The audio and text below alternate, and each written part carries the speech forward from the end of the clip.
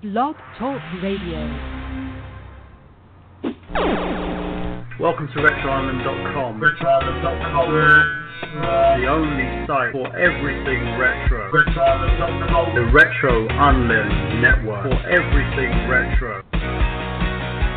RetroIsland.com.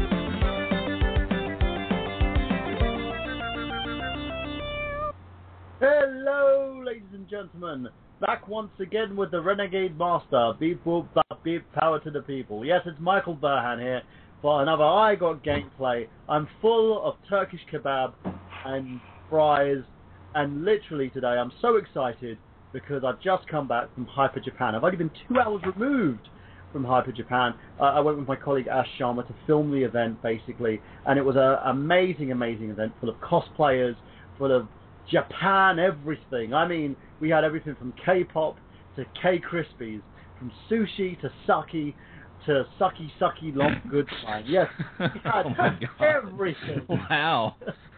From Hyper Japan, and I'm going to talk about my experience a little bit in a second. Now, speaking of sucky good time, we're going to introduce the man who puts the X in Excess Gaming Podcast. He is Mr. Xander Scullion. I think you're a little hyper, Burhan. I am. I'm hyper.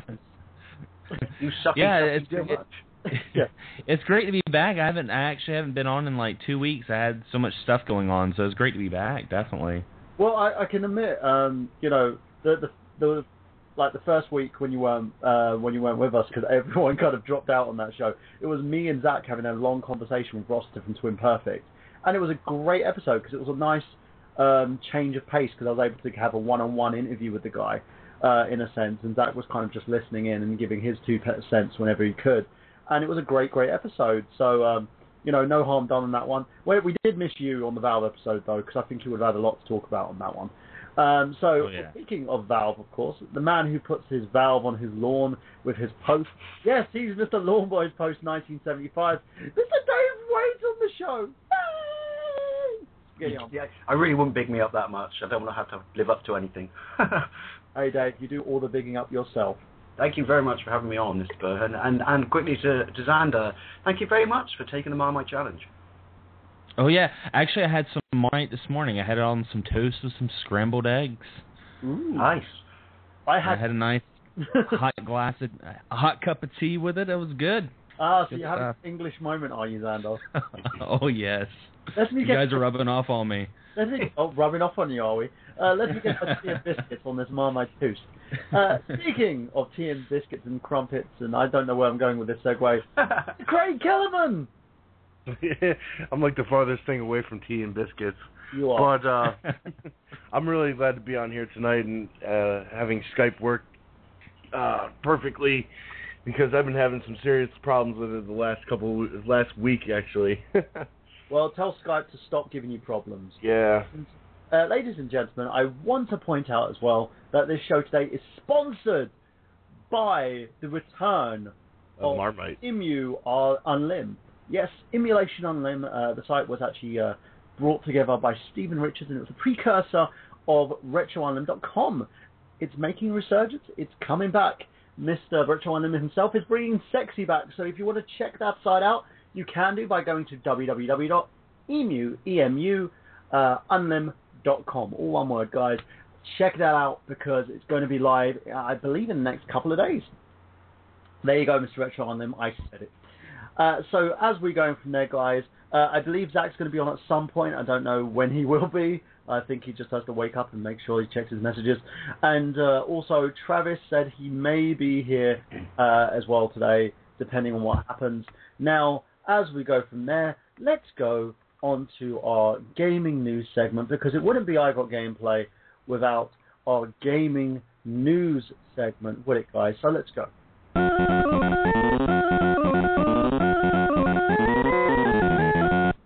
So the returning Mr. Xander Scullion, what's in the news? Well, I read some very interesting news on Kotaku about Sony. As we all know, like, Sony was hacked and the PSN was down in 2011. Well, the thing is, PSN might be up, but they're still having some legal issues, and they're in court right now. And if they lose the case, there's going to be lots of free games coming out to people, lots of free PS Plus accounts being given, and also if you can prove that your identity was stolen from this hack, you're eligible up to $2,500 cash money. Oh yeah, baby, $200 cash money. But it's they're getting close to. They said if they lose this case, they'll be losing $15 million. Oh yeah, $15 million. I gotta stop doing that. And they're not financially. How do we put this? On good ground right now, are they? No, they're not. And the reason being, Sony's made a lot of bad moves. So I can understand why this is the way it is. It's basically Sony not. They're kind of trying to shy away from their responsibility here, which was people made you a big ton of money. You've got followers, subscribers, you've got all these people out there at the moment, and you're basically not living up to that. So you need to sort that out, Sony. You need to get your fingers out your asses, and you should have actually given this to people, basically. But that fact you haven't done so shows that now this has become an issue. Hopefully it'll get resolved. Hopefully Sony will appease their fans. But we shall see. Sony need to understand one word: complacency. People don't like it.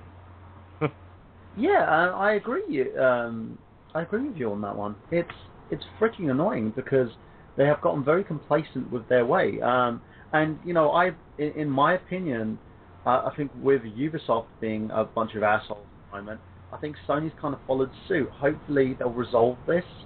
I've had, and I will point this out here before I get blacklisted from another gaming company, I have no issue with Sony at all, but you do need to do what's right, in terms of your fans, in terms of people that are supporting you.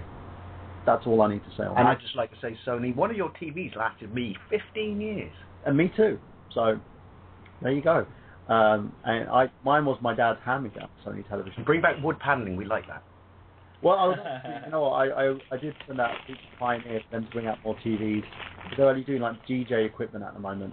I tell you what, even though it would be really small, you know what people are like. I tell you what, if they did a little bit of wood paneling around their HD TVs, or an HD TV with the old wood like they used to have around the outside, it would sell a fortune.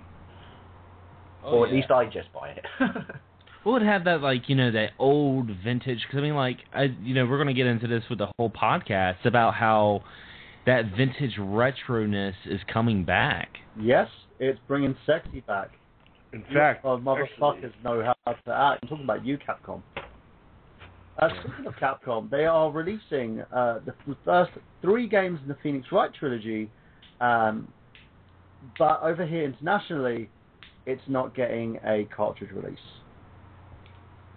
Again. So yay! Yay, but see, that's I know this is old now, but I only downloaded it the other day. DuckTales Remastered. That got a physical release though, didn't it? I don't know. I have a physical copy of it from over here. Yeah. I have to buy my Wii games off Amazon. I will never see them in the high street, so I just downloaded it. But I wish I had waited a little bit more research, because that's such a beautiful game that it deserves a box on my shelf. Yeah, no, I agree. I'm actually thinking of buying a copy. You know, it's. I have a copy on the Wii U that I purchased digitally downloaded, but I do believe that I'm going to get a physical copy because I do want that bad boy on my shelf. It's a really nice game. But I just don't understand why Capcom's doing this again. Why they say that they don't feel there is enough interest to give it a physical release. Their words, not mine. Flies in the face of what, you know, as Anna just said though, retro is so big and coming back right now. I mean, you've only got to look at the retro community on YouTube to say Capcom. I'm sorry, but I can say this, you're wrong. Yeah. Everyone is appreciative and likes, you know, why do you think people collect these things?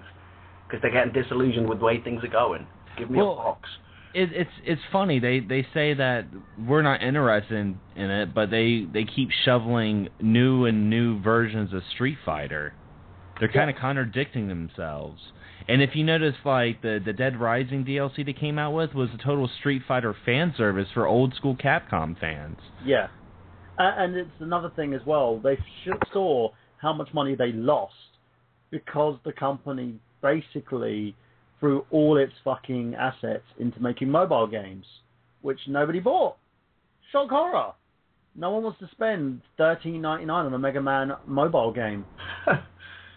You know, which was a great cash. I don't think anybody wants to spend $13.99 on any mobile game. Of course, that's exactly what they are. They're just apps. People just want to spend like 99 cents on an app that they can say, okay, I can play this on the bog, or I can go and play this basically at the doctor's office. I'm not going to basically play this as a game. It's not a game that I want to pop into my console and say, I want to play this. That's where the problem lied. So, moving on from that, Mr. Lawboy, have you got any news for us?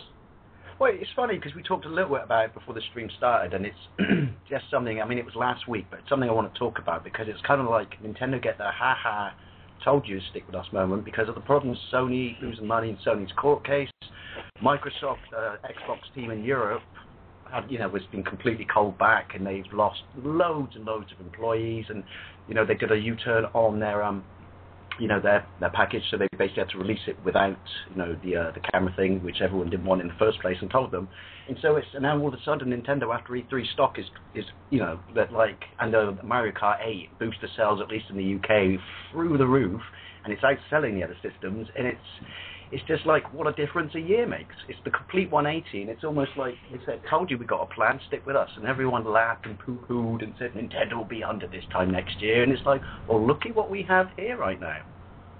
That's exactly it, and Nintendo basically I remember so many people sitting there going, Nintendo are going to die, Nintendo are going to die, the Wii U is the next Sega Dreamcast, the horror, the apocalypse, and I just... Someone please worry about the children.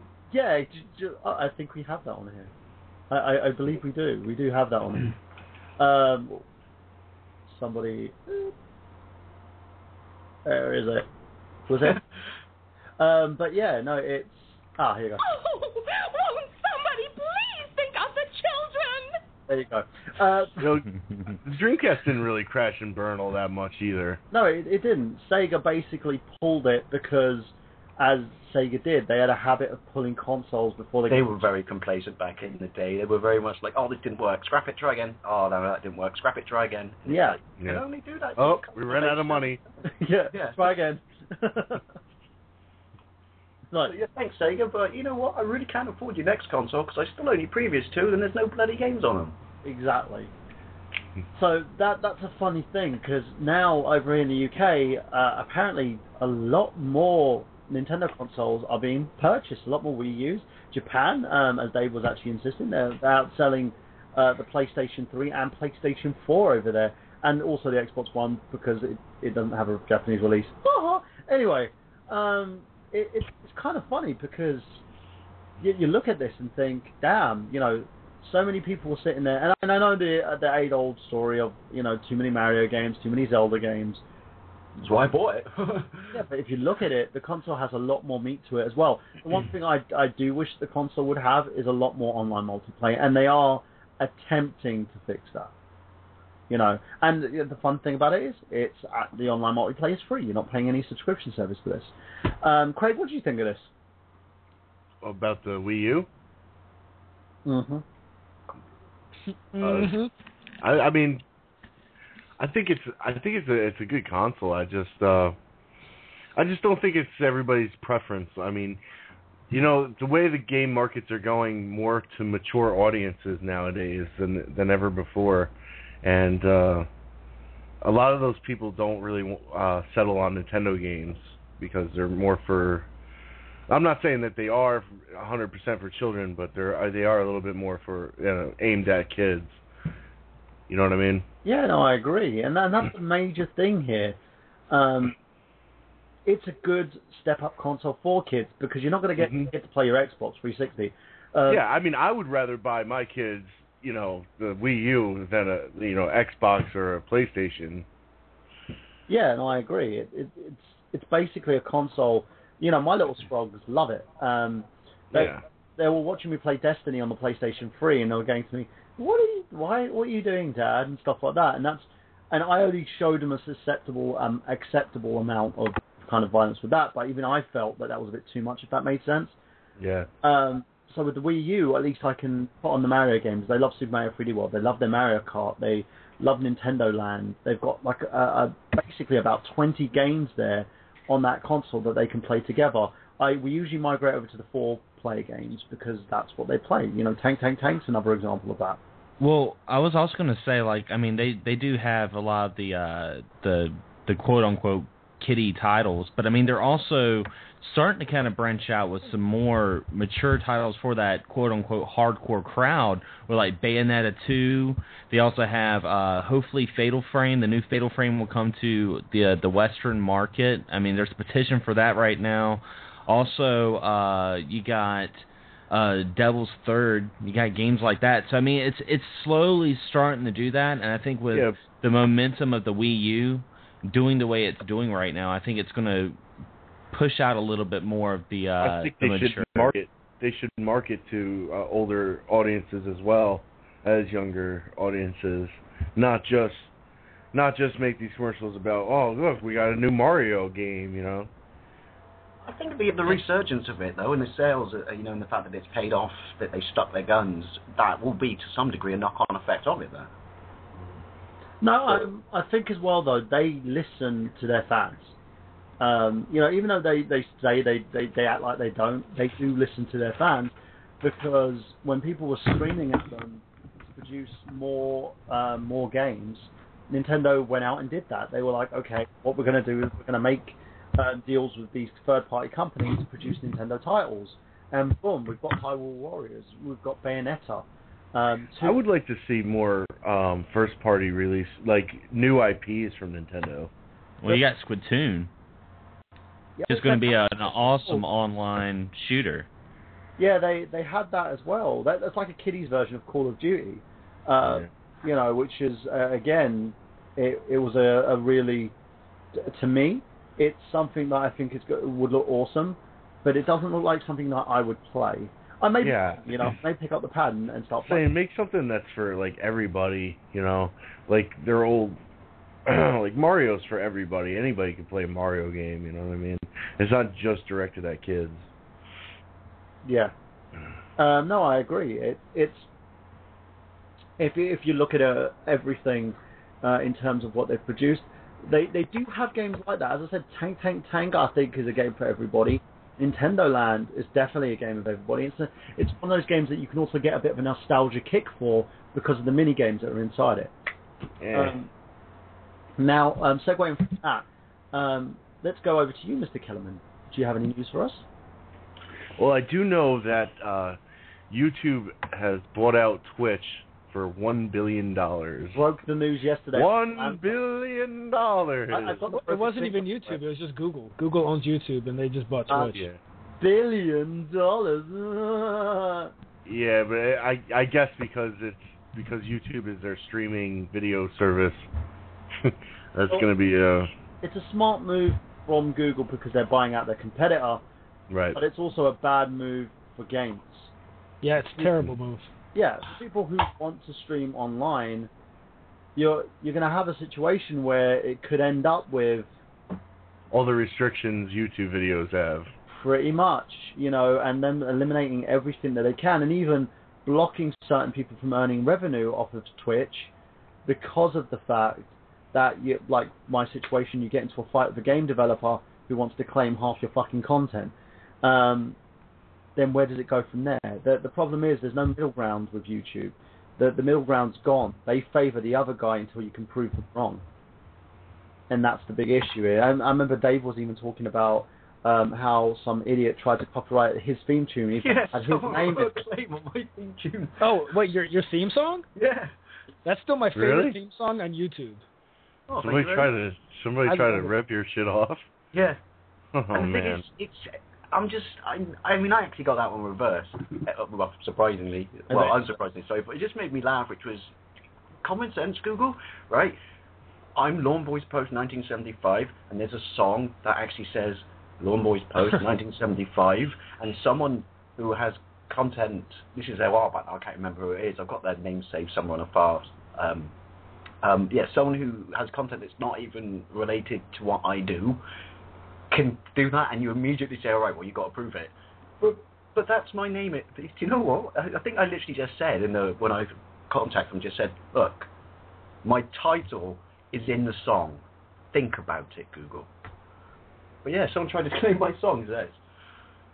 Someone did that with me as well. The Happy Console Gamer theme tune that I used like for Rob Man's World, when we did the video that promoted Rob Man coming onto the show, it literally got claimed, and someone tried that some weird, it was like audio file sounds like guitar strings from this company, and I was like, it's not.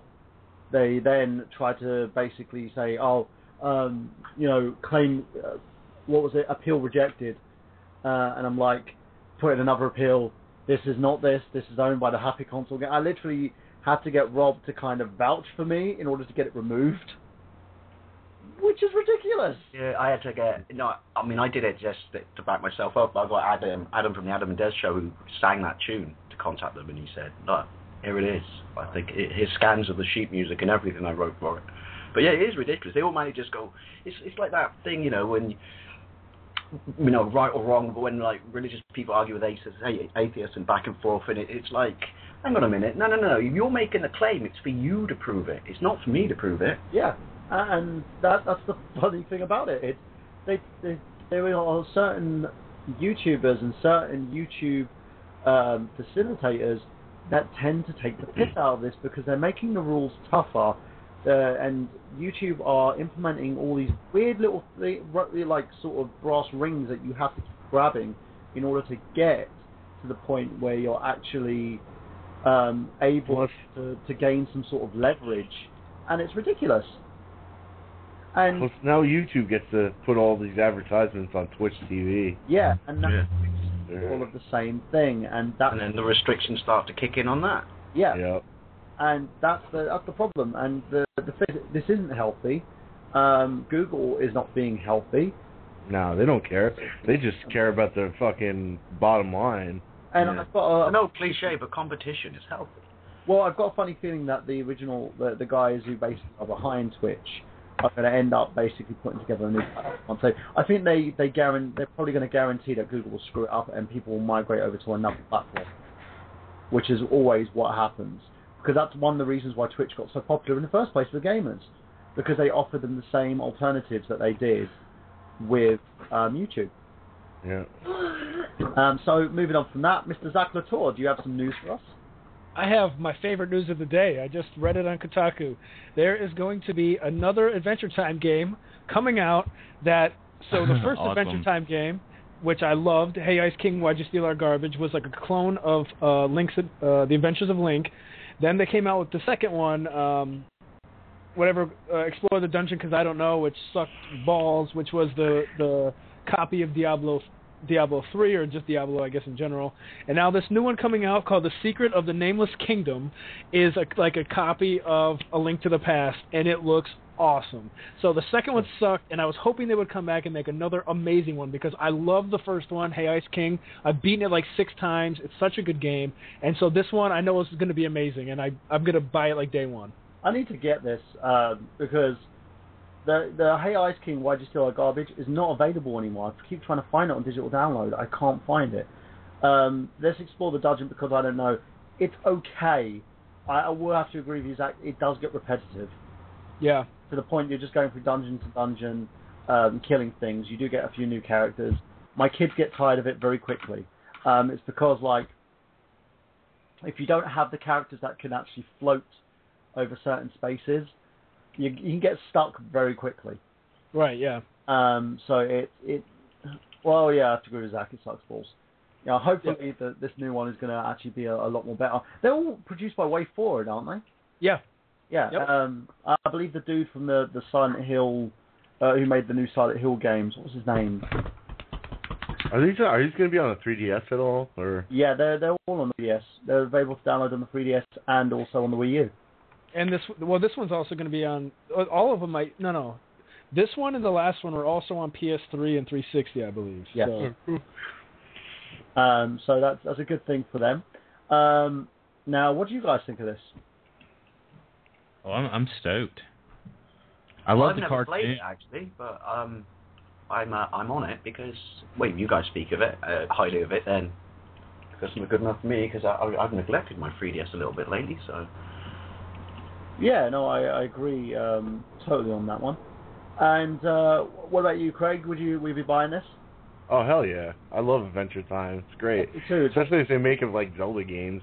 It's awesome. You know, the fun thing about Adventure Time is it's one of those shows where it seems very cartoony and childish, but if you actually go into the subtext of the show and watch how it all started, it gets very dark and gritty. Like there's a apocalyptic fucking like world. Oh yeah, I love it. You know, where you've got like sentient candy and stuff like that. This is the real shit, people. If you haven't seen this show, go and watch it. It's on Cartoon Network. You can also stream it online. can I say a really bad South Park joke? Yeah, go for it. Just when you went, they went to this apocalyptic world with a sentient candy. Simpsons did it. Sorry. Yeah. And just as you know as well, guys, a last little bit of news is fan outrage because, you know, like the fireworks and fireworks launcher that you got for GTA 5 that you paid for, they've been disabled because some people got a bit annoyed because of the fireworks, saying that it was dangerous, blah blah blah. So I just posted a photo of my timeline of me doing the Tamagotchi Purple Cat and him got his head through the other one. I was going to say I did have a piece of news that was really interesting. I don't know if you guys talked about it yet. Did you guys talk about the whole Project Cars fiasco? No, go for it. All right. Well, Project Cars is a racing simulator that's coming out, put out by Slightly Mad Studios. And they had a Kickstarter back in 2012 for this game, and they originally were going to come out with it for the Xbox 360, PS3, Steam, and the Wii U. And they said that they had like a vote on what system it would come out for first, like which it would be exclusive for, and Wii U won.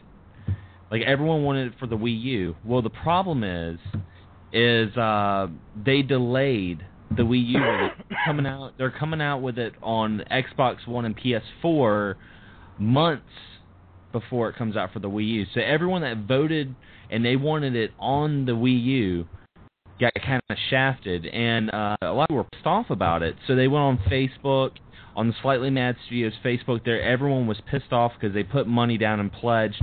And even Slightly Mad Studios said this, and I quote, "If Wii U owners want a racing game, they'll wait for it."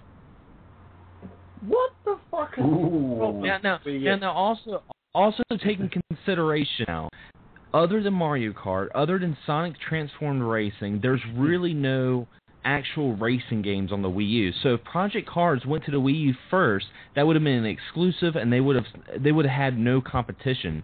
But now they're wanting to go to the Xbox One and PS4, where they have competition with Drive Club.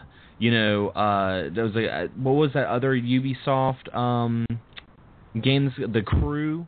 I mean, there's the new Forza that's coming out. So they're pretty much throwing their indie-funded game into a pit full of big-name developers. I think that's why they're called Slightly Mad Studios. I think they're freaking retarded. Full move. That's just, it makes no fucking sense. I don't know what people's problem with the Wii U is. Zach, what do you think about this? Do you think these developers think they can get more out of the PlayStation 4 and Xbox One or do you think there's some conspiracy theory? No, I mean, I definitely think that they know they can sell more copies if they put something out on something that's not the Wii U. But the fact that so who made this vote? Them? The people that did the Kickstarter, they voted on what system they wanted to come out on. And so you're saying, And it was okay. You see, that's, I don't know, it's just messed up that I don't like people who make promises and then don't keep them. Yeah, so, renege on their word. That's a shitty move. Yeah, you know, it's like, if they weren't going to do this or whatever, it's like, why even have made that a part of the Kickstarter, you know? I expect it from politicians, I don't expect it from indie developers. Well, they could have gotten turned down by Sony, Microsoft. Well, I mean, also take into consideration, too, that this Kickstarter was in 2012. It was already being developed for the Wii U. It was this Kickstarter started before the Wii U and the Xbox One came out. But you know? And they actually can't they actually direct their anger and stuff at these guys for what they've done? Because I would have just demanded my money back.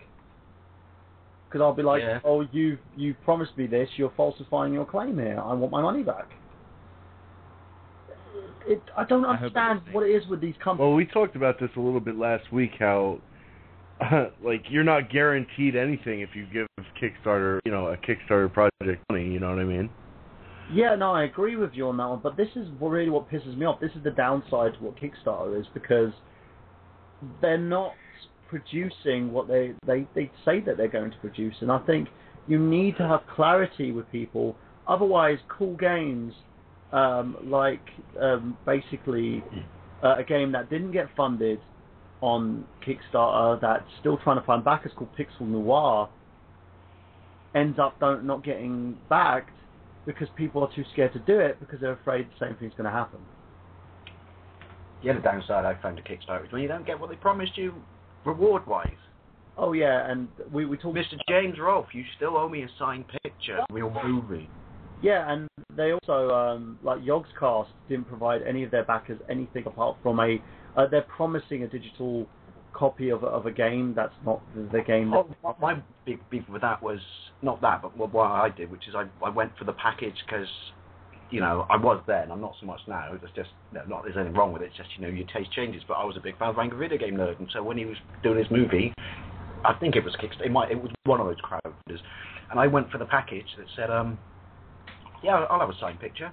I'll put it next to my signed autograph picture of Nostalgia Critic. And so I went with that package, and it said, congratulations, email's been confirmed, and I never got it. I kept saying, I'll go a little later. And when I went back, the man at the mall said Mr. T had gone, and he was never coming back.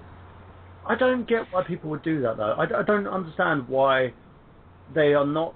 It might be a clerical thing. I'm not directly pointing the finger. I'm just saying I never got it, and I was annoyed. Maybe maybe, you know what, have you directed a message to James Rolfe? Maybe James... I just contacted the campaign thing and said, I paid for this, where is it? And I never got a response.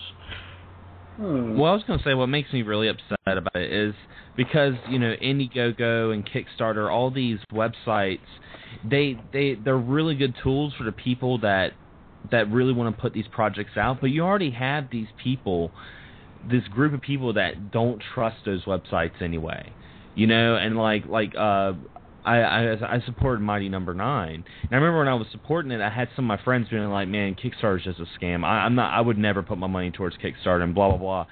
And it's like companies do this, and they prove those people right. So when you have people that come out with a good product, they automatically look shady, and that's what pisses me off about it. It takes the bad apples.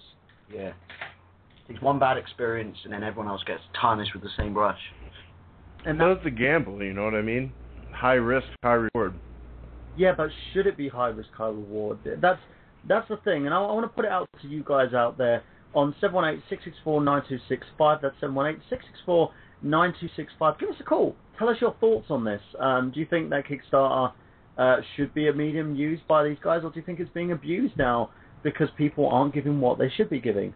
Well, what was the one Guru Larry put, and we talked about it in the Retro Unlim last one, what was the one Guru Larry pointed out where some bloke said, I want a Kickstarter, not the Half-Life 3 one, because that was ridiculous anyway, but he said, I want us to do a Kickstarter to start a YouTube channel to do Call of Duty videos. Let's Plays. Oh, yeah. Really? That was Larry You Buck, could probably do it. who basically brought that up, didn't he? That someone did that. There was another one with some idiot going, I want Google Glasses because I want to see, I want to basically picture every moment of my son and record it. Buy a fucking camera, you knobtard. Yeah, I know, right? I don't understand. As I said, there needs to be some sort of penalisation for those who don't give. It should be a little bit more scrutinised. Yeah, I agree. Need a person at the front. I know they must be saturated, but need some sort of human element at some point just to go, seriously? Because I might start a Kickstarter campaign to create another crowdfunder. Well, I'm thinking of... It's an alternative to Kickstarter. Some guy had, a couple of years ago, some guy made a Kickstarter for him to own Kickstarter, and I remember it didn't even get close to get funded. Kickstarter to stop Kickstarter. I'm thinking of expanding my drive and maybe getting a pool on Kickstarter. Long Boys Post, pool and drive expansion plan. If you pledge, I wanted to start a Kickstarter. My pool. I wanted to start a Kickstarter at one point to buy a piece of the aggro crag, and I was gonna have it where people could come and get pictures with it and stuff. But yeah, that didn't happen. Well, I think the most successful one that we've seen, which was just completely crazy, was the one of what was it, potato salad? Oh God, yeah. And that made a lot. I still want to try that potato salad. I'm still waiting for my Christmas dinner. I think, dude, don't get me started on the tinner. That's a sore spot. That's a black eye at GameStop. No, I agree. When I went into game, the guy was like, "We're only joking," and he goes, "But you know what the worst thing about it was? What was that? The amount of mums that came in asking to get." Oh, I feel sorry for the people in the store at that point. Yeah, they were just like, "Should I report you to child services?" Here's how this works. Game. Right, Christmas is not the time to make jokes because people take Christmas very seriously, even though it was filth in a can. If you promise me this full Christmas Day dinner in one single can because I love Christmas and automatically regress back to being an 8-year-old, I fucking want my Christmas dinner. We should have sued them. We should have had a class action lawsuit.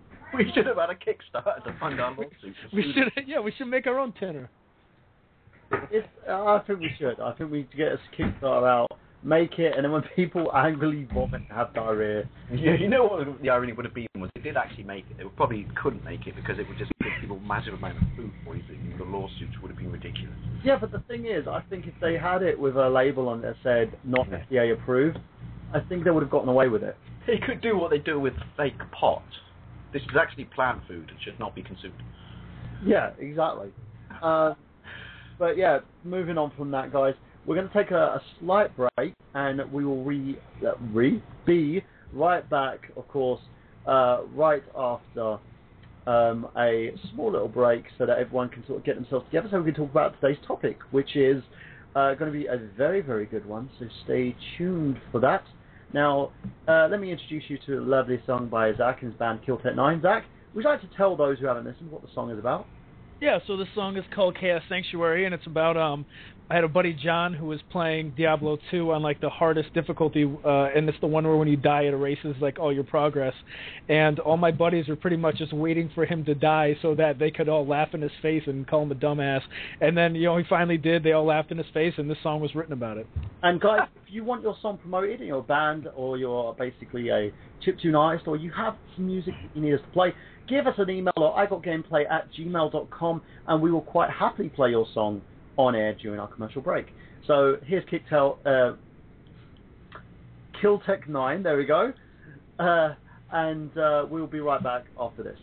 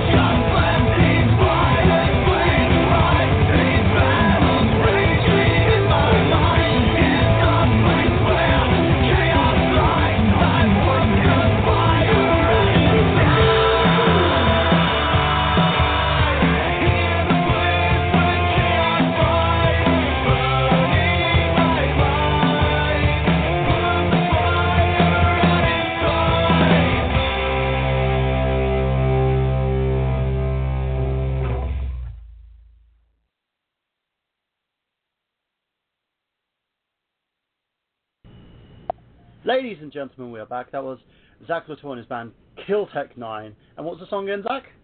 Chaos Sanctuary. Chaos Sanctuary. So again, if you want your song promoted on the show, you can do, which is igotgameplay@gmail.com.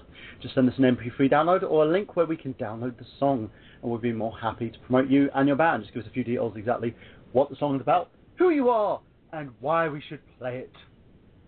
9 times out of 10 we'll play it. Now, today's topic of the show, basically, is it was supposed to be kind of a Fungo interview today, but he kind of had to bail last minute.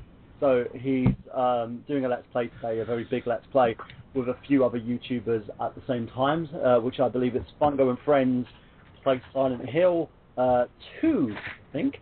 Now, you can follow him basically on twitch.tv/DustFungo. Check him out on there, or you can go to his YouTube channel, youtube.com/Fungo. Amazing Let's Player, amazing gamer, and also an all-round top quality guy. He's helping us currently with a few projects that we're doing at the moment as well. And next week we're going to have a full interview with him, talking about his likes, his dislikes, what basically got him started in YouTube, and also do everything we can to help promote his channel as well. He's again an all-round great guy and a former member of Twin Perfect, which again did the Silent Hill Experience, the real Silent Hill Experience, which is a great series of YouTube vids. You can check that out as well. Basically, with our interview with Rossiter, it was myself and Zach that actually helmed that interview, which was a really good one, wasn't it, Zach? It was a very personal kind of interview that we had with him. Yeah.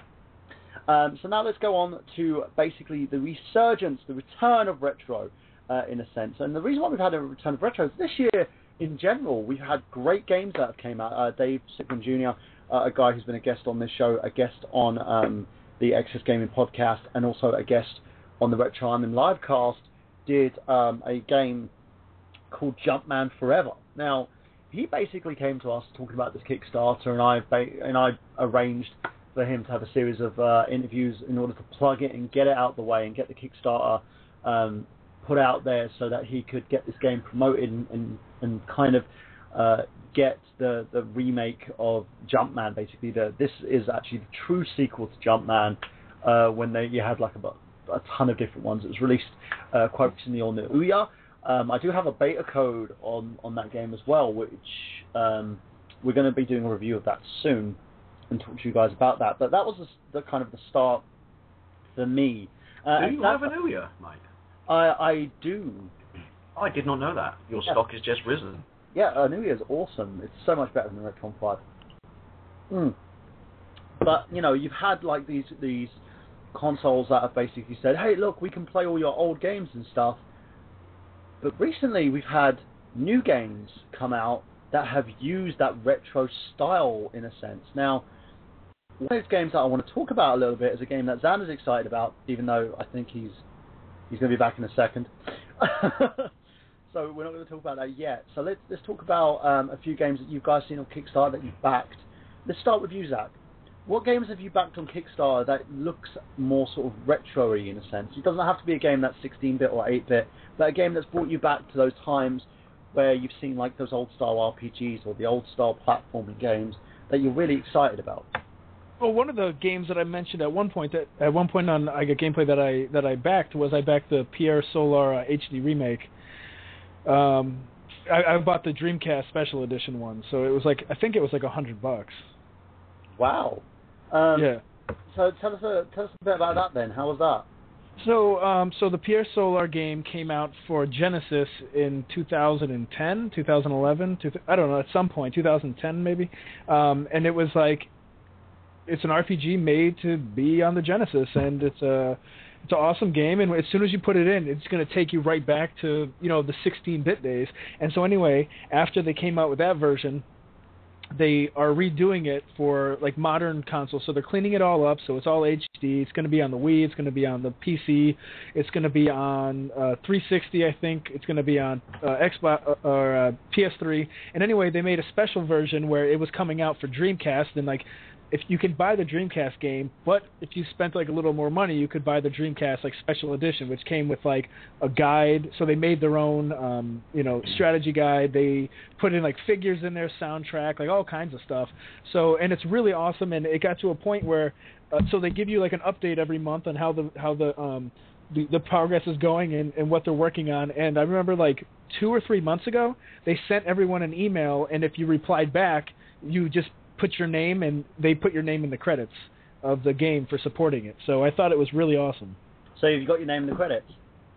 It should be. I'll see when the game hasn't actually come out yet. It's coming out, I think, the end of this year. So, it should be in the credits. I submitted back, and I've this one in particular, I've only had a very pleasant experience with. Like, everything is top notch. It's very, very professional. Like I said, they're sending out emails all the time, showing you people working on the game. They're showing you cleaned up versions of it, like new stuff. So yeah, it's really cool, and it's just like I said, it's been really nice. So I know that some of these people who are supporting games like whatever that YouTube game was, and how it sucks, that they were like unprofessional and they didn't do what they were set out to do. So it's nice just knowing the Outcast one.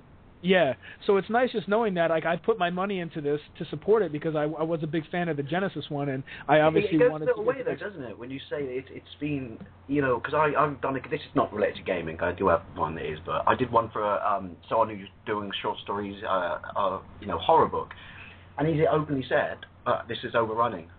He raised the money. This is overrunning. Yep. But you get an email from him every week explaining exactly what he's doing, why he's overrunning, why it's been reread or retyped or proofread by a viewing group, and as long as they keep in contact with you.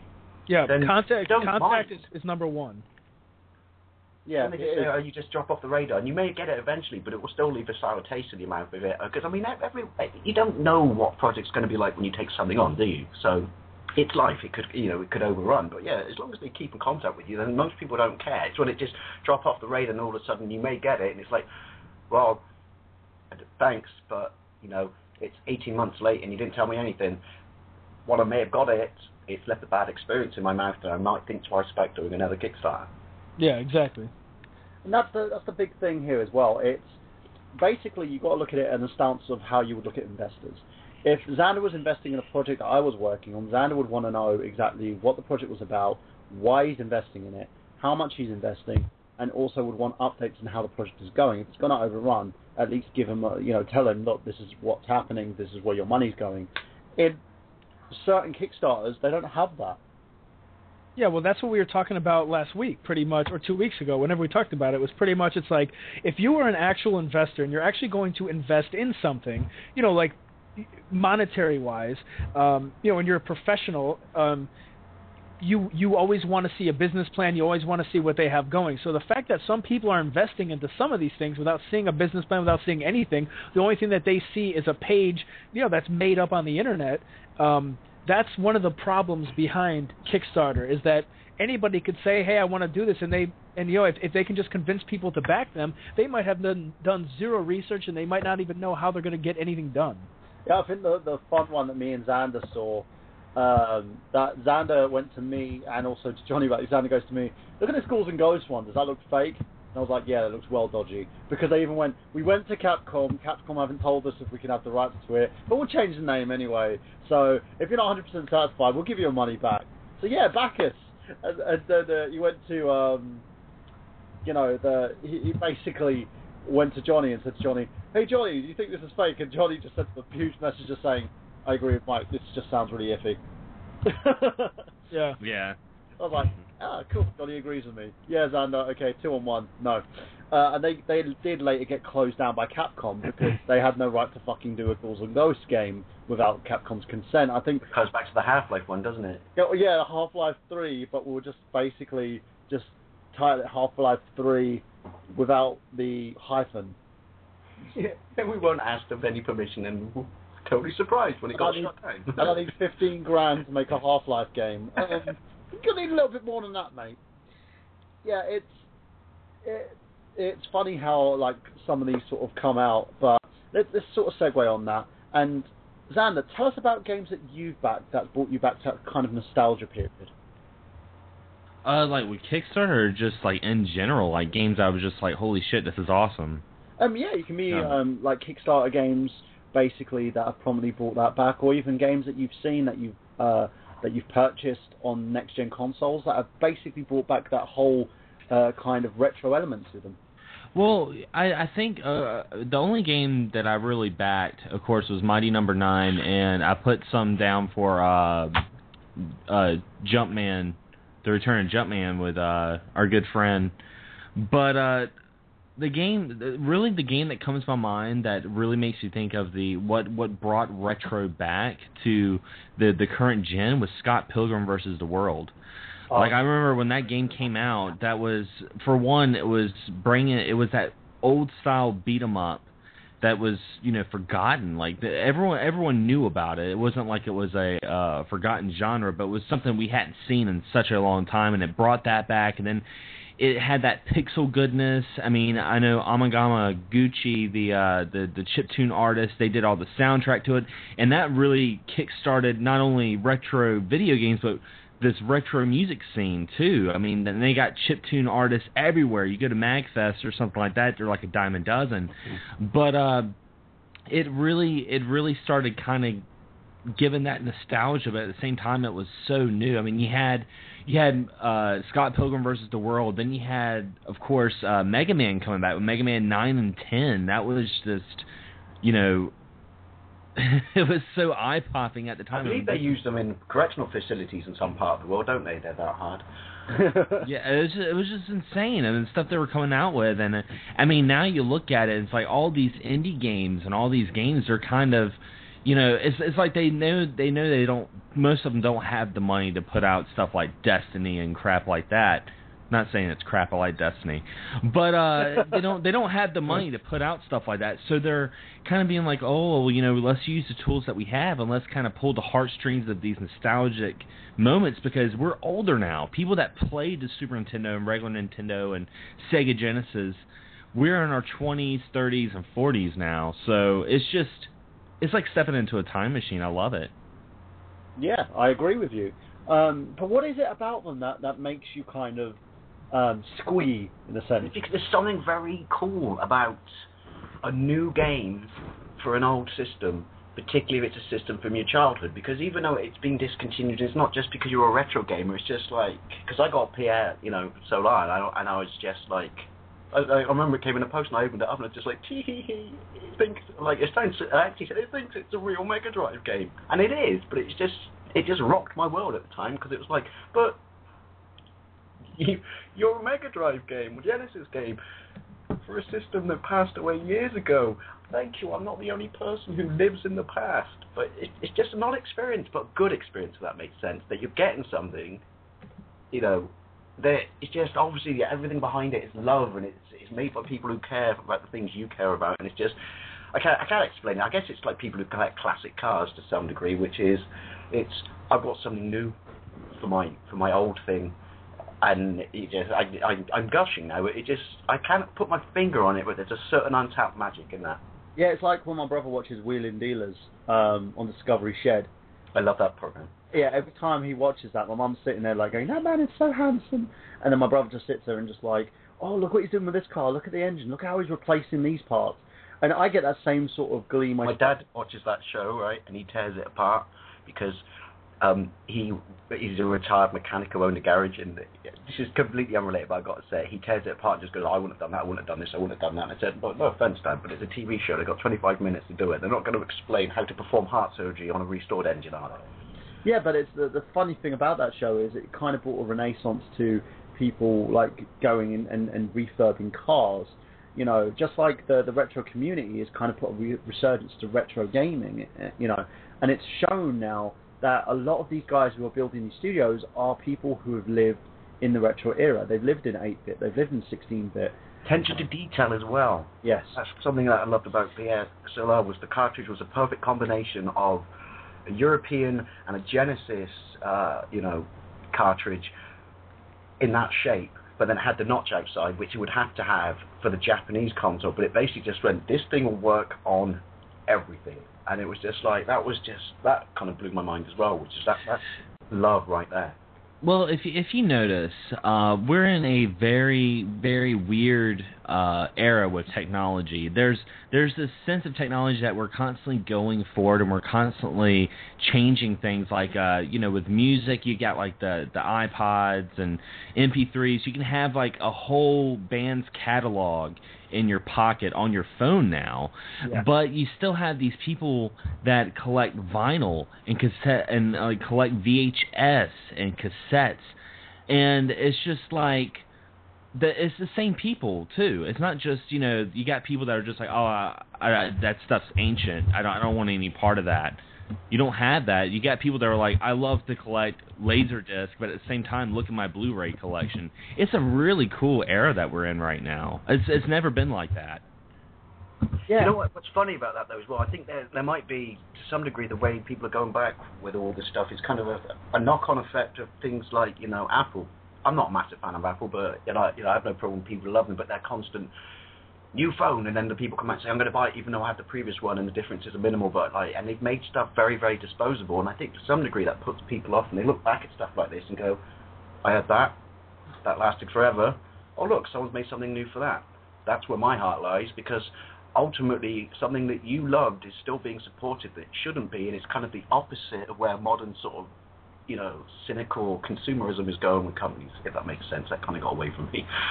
Yeah, but that's the thing, I was talking to my brother recently because I've got like that. I remember that I was telling you about the 8 gig Wii U that I reserved for my daughter. You can basically go and pick up a next-gen console, a fairly new console, depending if they decommission like the first version of it. You can pick it up for cheap, and the fact that there's so much content coming out with these, you can basically just grab wherever you can, and as you've stated, Dave, everything's disposable. There's always an upgrade. With the PlayStation 3, there's a PlayStation... Maybe we want to go the other way. Yeah, with the Xbox 360, there's the Xbox 360 Arcade Edition, there's the Elite Edition, there's the fucking Hyper Elite Team Fighting Edition, there's the Slim version, there's the Xbox One version. You sit there and you think, God's sake, with every one of these consoles, I could pick up an old version of this console for next to nothing.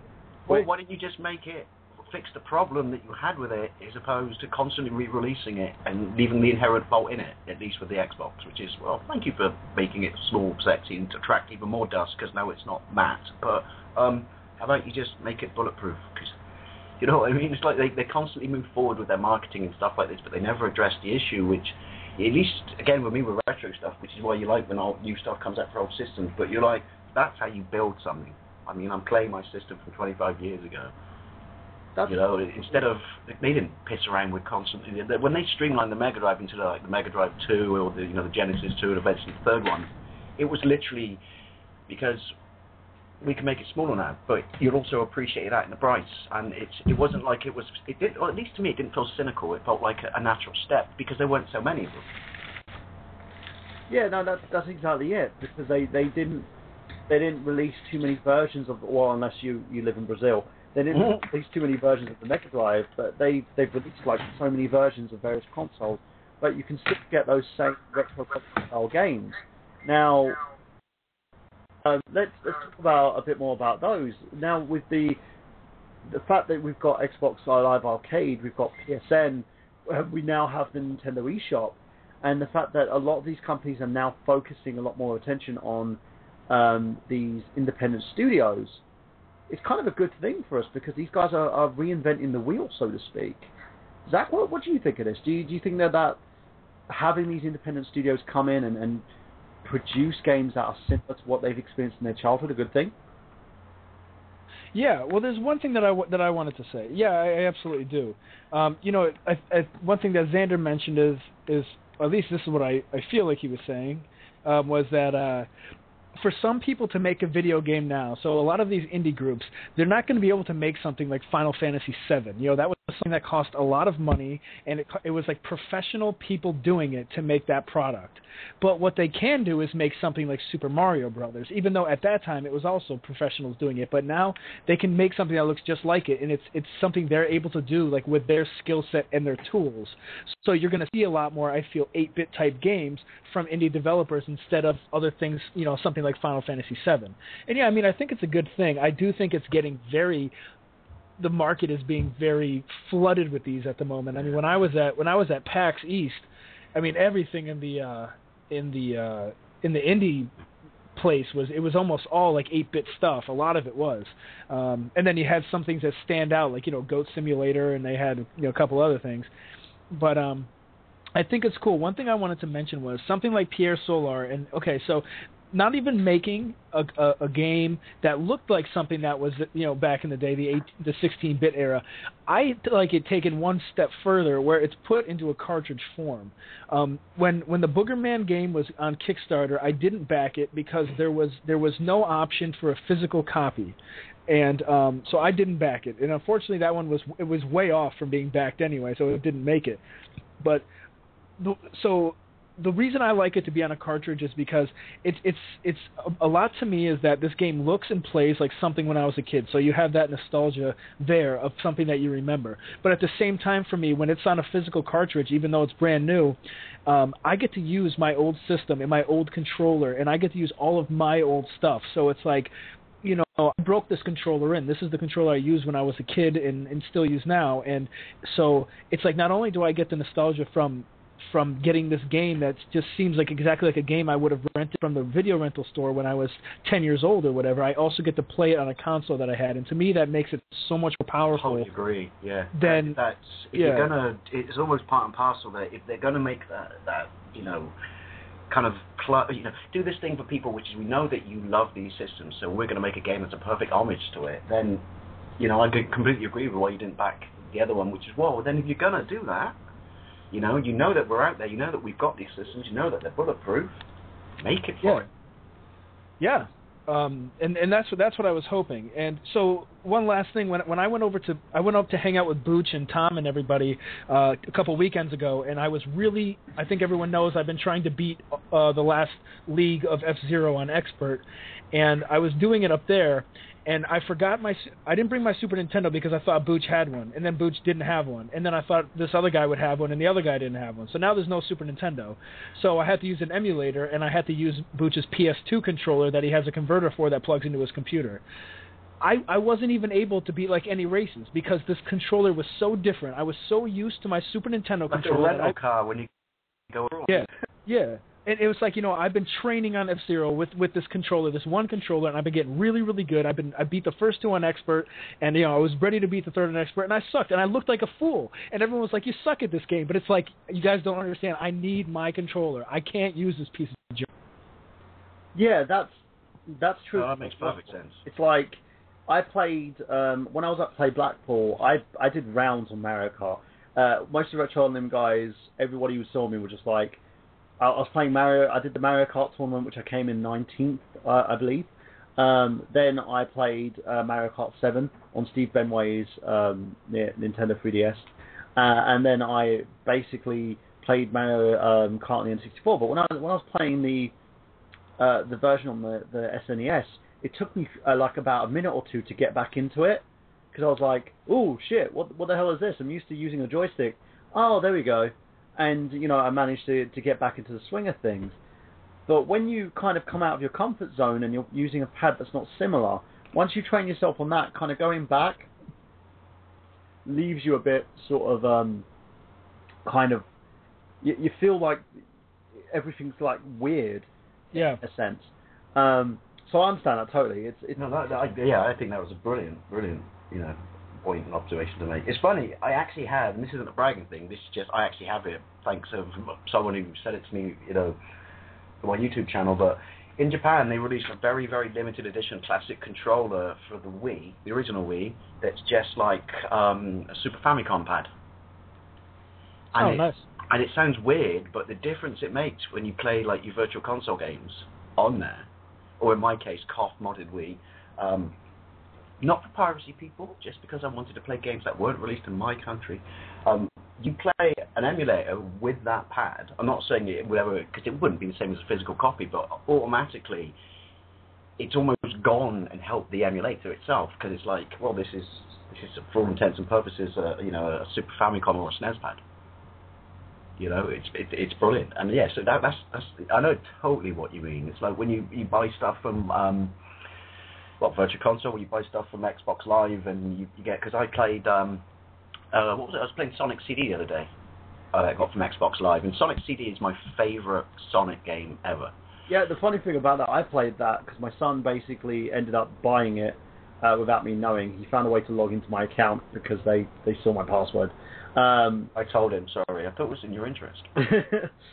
No, he ended up, my daughter ended up seeing me put it in and was like, oh my god, it's da-da-da-da-da-da-da, daddy, da-da-da-da-da. I was like, stop saying that. No, daddy, da-da-da-da-da-da. And then my son started putting it in, and then I was just like, you have been billed. I was like, no! Oh, £22. Anyway, I've got to tell him, don't do that! So I had to change all my passwords and deactivate my account on every other Xbox apart from the one I'm using. But it was just, I put the game on while I was going through my phase where I was like throwing up for a week. And I sat there playing the game, and I loved it. I was like, in touch with nostalgia again. And games like these are great, especially because they're dirt cheap as well at the same time.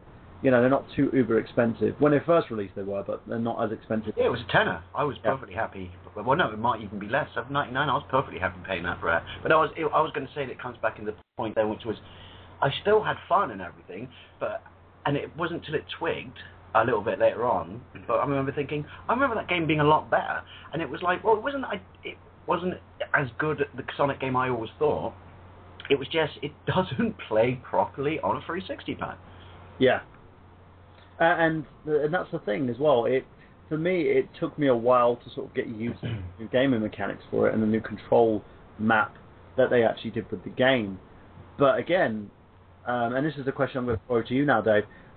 Have you seen any other games that have kind of taken that next step and allowed a nice little merger between the current gen consoles and games like, and I'll use an example here, Shovel Knight, for instance?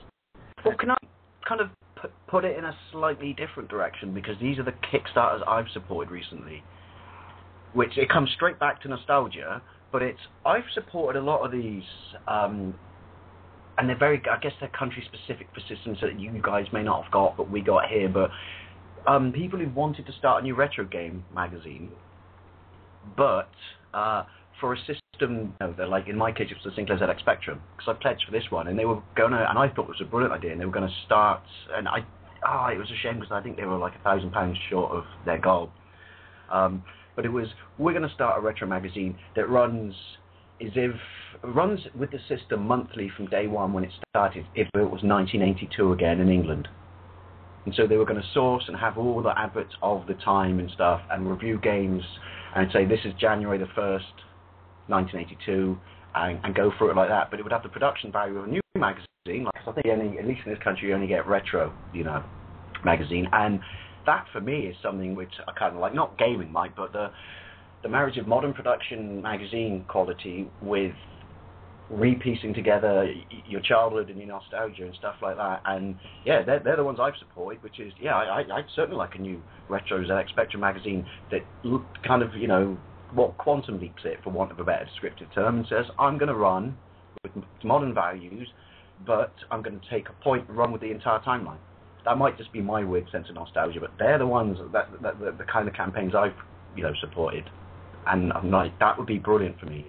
I guess it came close. I guess it failed because the Spectrum, while it's got a big fan base in this country, it's international, systems such as Mega Drive and Genesis and SNES and things like that will get backing, But I don't know. That's my sense of nostalgia, which is I would love to get a magazine in the mail, because it was a physical copy as well, every month that runs through the entire life cycle of the history. I mean, I know it would be finite, at least in the Spectrum's case it would be 12 years, but that to me was I guess maybe that's why it failed, but I just thought that was absolutely fantastic. That would be brilliant. That would be a total, retro nerdgasm on my part. What about you, Craig? What was the kind of start of that, or the game that kind of got you back onto that whole nostalgia thing? Mega Man 9. Mega Man 9 was like, I was a big Mega Man fan, and I really liked the X titles, but I really enjoyed the Nintendo games. And when they re-released, when they re-released the Mega Man 9 and 10, I was like, wow, this is awesome. It's like a new Nintendo game in like 2009 or 2010, whenever it was. So, what did that do to you? Like for you, did that kind of bring you back and think, oh, man, I remember this was exactly the same as it was, God knows how many years ago. Did a little bit of Wii come out? Sorry, it did with me with PSOLAR, I'm just saying. Well, for me, there was a game. I was going for my whole GTA kick, in a sense, and there was one game that kind of got me back into it, and I did a play on the kind of on the demo of it, but then decided to purchase the full game because I liked it so much on the Xbox 360, which was Retro City Rampage. Oh, I love that game. It's so gorgeous, and it doesn't just plug into the whole retro-esque feel of like games like GTA or Mario and sort of like the 8-bit pixelized kind of games. It also goes into like retro movies as well. It parodies Back to the fucking Future, for God's sake.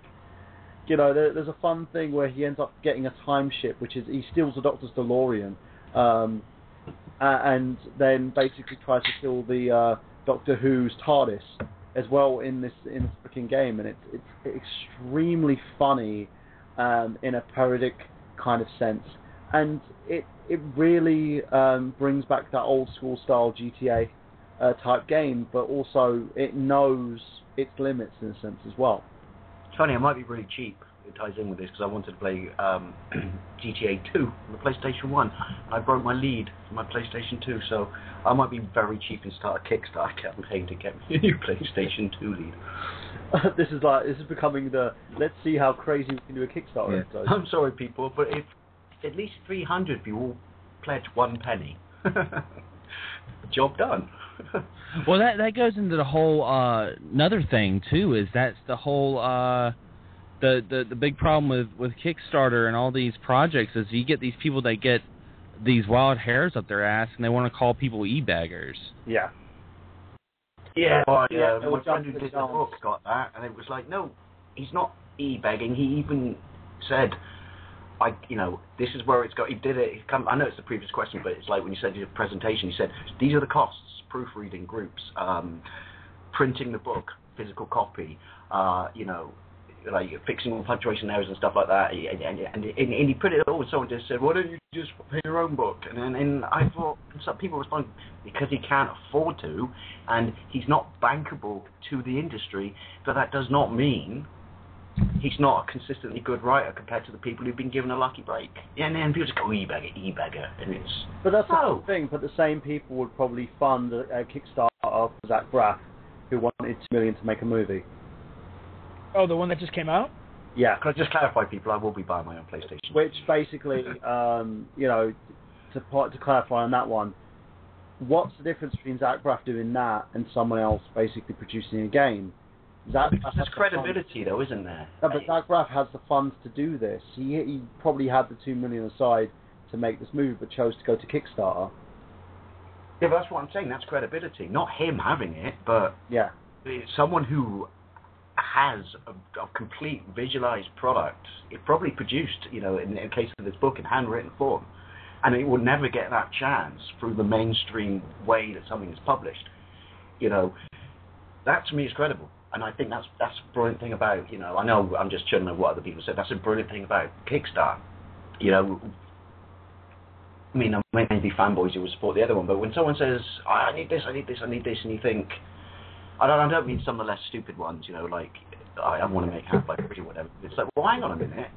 Put your money where your mouth is, because we know that you've got a certain level of, funds for production yourself that technically could go a long way to doing this. Why aren't you using it? If you believe this firmly in this project, why aren't you taking that risk? That's one of the reasons why I didn't back it, because I sat there and I felt like that was a cheap shot in everyone else's face. I think Zach Braff is a very talented actor, writer, and director. I just don't think I think he could have done another way of getting the project off the ground using his own funds and finance. Oh yeah, when I say credibility, I'm not cheapening the skills of the individual. I'm cheapening the Kickstarter, their approach to the project, because it's... Yeah, because look at and again, if you go to Vin Diesel, when he basically made his Riddick movie, he made that movie off his own back. He remortgaged his house to make that movie. You know, he didn't go to anybody else and ask people to donate money.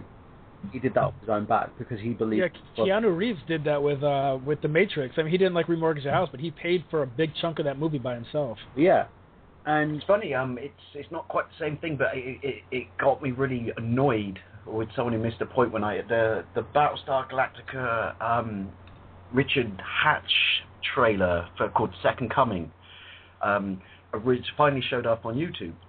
And I don't know if you know this, but he remortgaged his house to try and kick off a reboot of Battlestar Galactica, but it was going to be the original universe 20 years later, and he got back all the actors, and he made a trailer, and he only showed it at places like Comic-Con, this is a good 10 or 15 years ago, to raise money for it, raise awareness.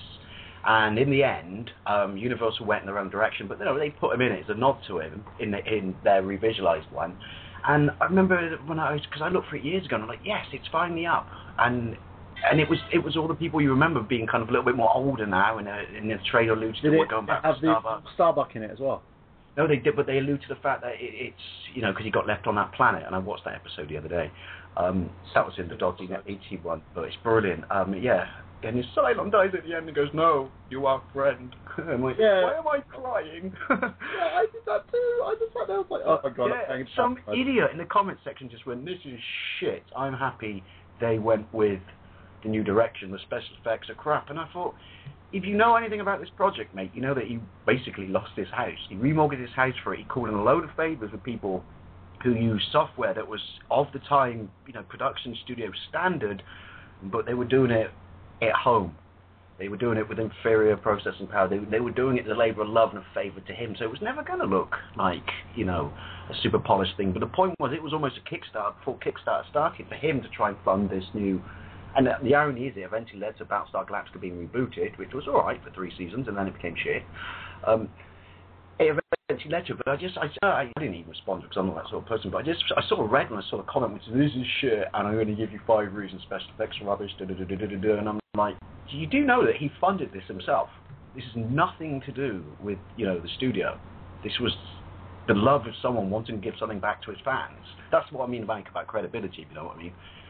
He wanted to give something back to his fans, and there's a reason it's on 50,000 thumbs up, and there's only about 9 thumbs down, because the rest of us were like, we got what it was, maybe we knew what it was at the time, but do your fucking homework before you jump in and insult something and go, oh, crap. No, that's not studio produced thing. A man lost his house for that. That, to me, is passion for your audience. And that's the thing. People don't understand that, do they? They just basically sit there and they want to take shots at someone instead of realising... So I didn't mean to sidetrack us there with that. No, that's exactly what it is. It's a passion for something. And by going to Kickstarter, you're going for the easy way out, and you're basically knowing, well, I've got pull, so in the end, because I've got that pull, I can use that to get people to fund my movie instead of going to a studio. So I am usurping the studio system. Now, again, Zach, if you disagree with me, tell me, but I just feel that there's a difference between, say, an indie studio or an individual who needs that money because they're taking a huge leap, is what Dave alluded to. Then Zach Braff, basically, who had the money, just went, you know what, I don't want to spend my own money, I want someone else to do it. Yeah, it just comes back to, well, then how much do you truly care about this project? Because if you cared that much, you would take the gamble or risk. Yeah. Can I just say something really irrelevant that makes me think I must watch movies with my eyes closed? Predator is on film floor, and I never noticed before that the bloke walking through with the minigun is wearing an MTV T-shirt.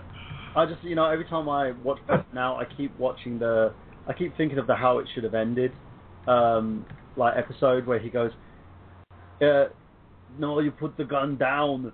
He goes, don't pick it up, because if you're unarmed, he doesn't see the sport in it. And then the guy's like, well, 1 second, we're holding guns. And then everyone throws the guns on the floor, and then the Predator's coming up to them, just trying to give them the gun. He's like, no, we don't want it, you keep it. He puts the gun down and walks off, and then he just whispers in everyone's ear, he goes, get to the chopper.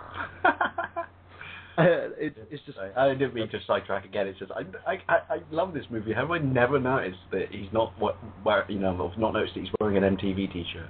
But again, because it's funny, because it's 1987. But again, it's nostalgia, and that's the key thing here. A lot of people buy these games mostly because of nostalgia, and this is the good side of stuff like Kickstarter. Now, what I'm alluded to, and Xander's going to talk a little bit about this, because I'm going to hold it in Xander's hands here, because he's played this game a lot more. I haven't played it, but I've heard amazing reviews. It's been getting 10 out of 10 by a lot of gaming journalists, by guys like Pro Jared, who doesn't really give a 10 out of 10 very easily, and that's Shovel Knight. So Xander, tell us how this project got started. Well, Shovel Knight's actually put out by Yacht Club, and Yacht Club is pretty much a team that was from WayForward. They broke away from WayForward, and they made Yacht Studios, and then they came out with Shovel Knight. And Shovel Knight, the best way to describe this game is it plays like a carbon copy of an NES title, and it feels like an NES title. And the best way I've been able to describe the gameplay to people is that imagine Castlevania and Mega Man and DuckTales had like a gangbang, and this was their bastard child. This is the child that... that should have been their marketing campaign right there. I'm sold on the movie, too. And then put it in a tin. The game was so good. By the way, if Xander says it, there's a porno of it. Yeah. Well, I mean, it's just so freaking... I mean, from the soundtrack to the gameplay to the story to the little cutscenes. It's even got, like, the little overhead map that you would expect from, like, Super Mario World. It's just got so many elements. You can tell these people... They did their homework, and they were fans of that genre. It wasn't just a cash cow. It wasn't just like, oh, well, this is what's nice. This is what everyone loves. Everyone loves retro. Let's make a retro game. I mean, it could legitimately be a NES game. Like, this game could have came out in, like, 1990. So, it's awesome. I love it.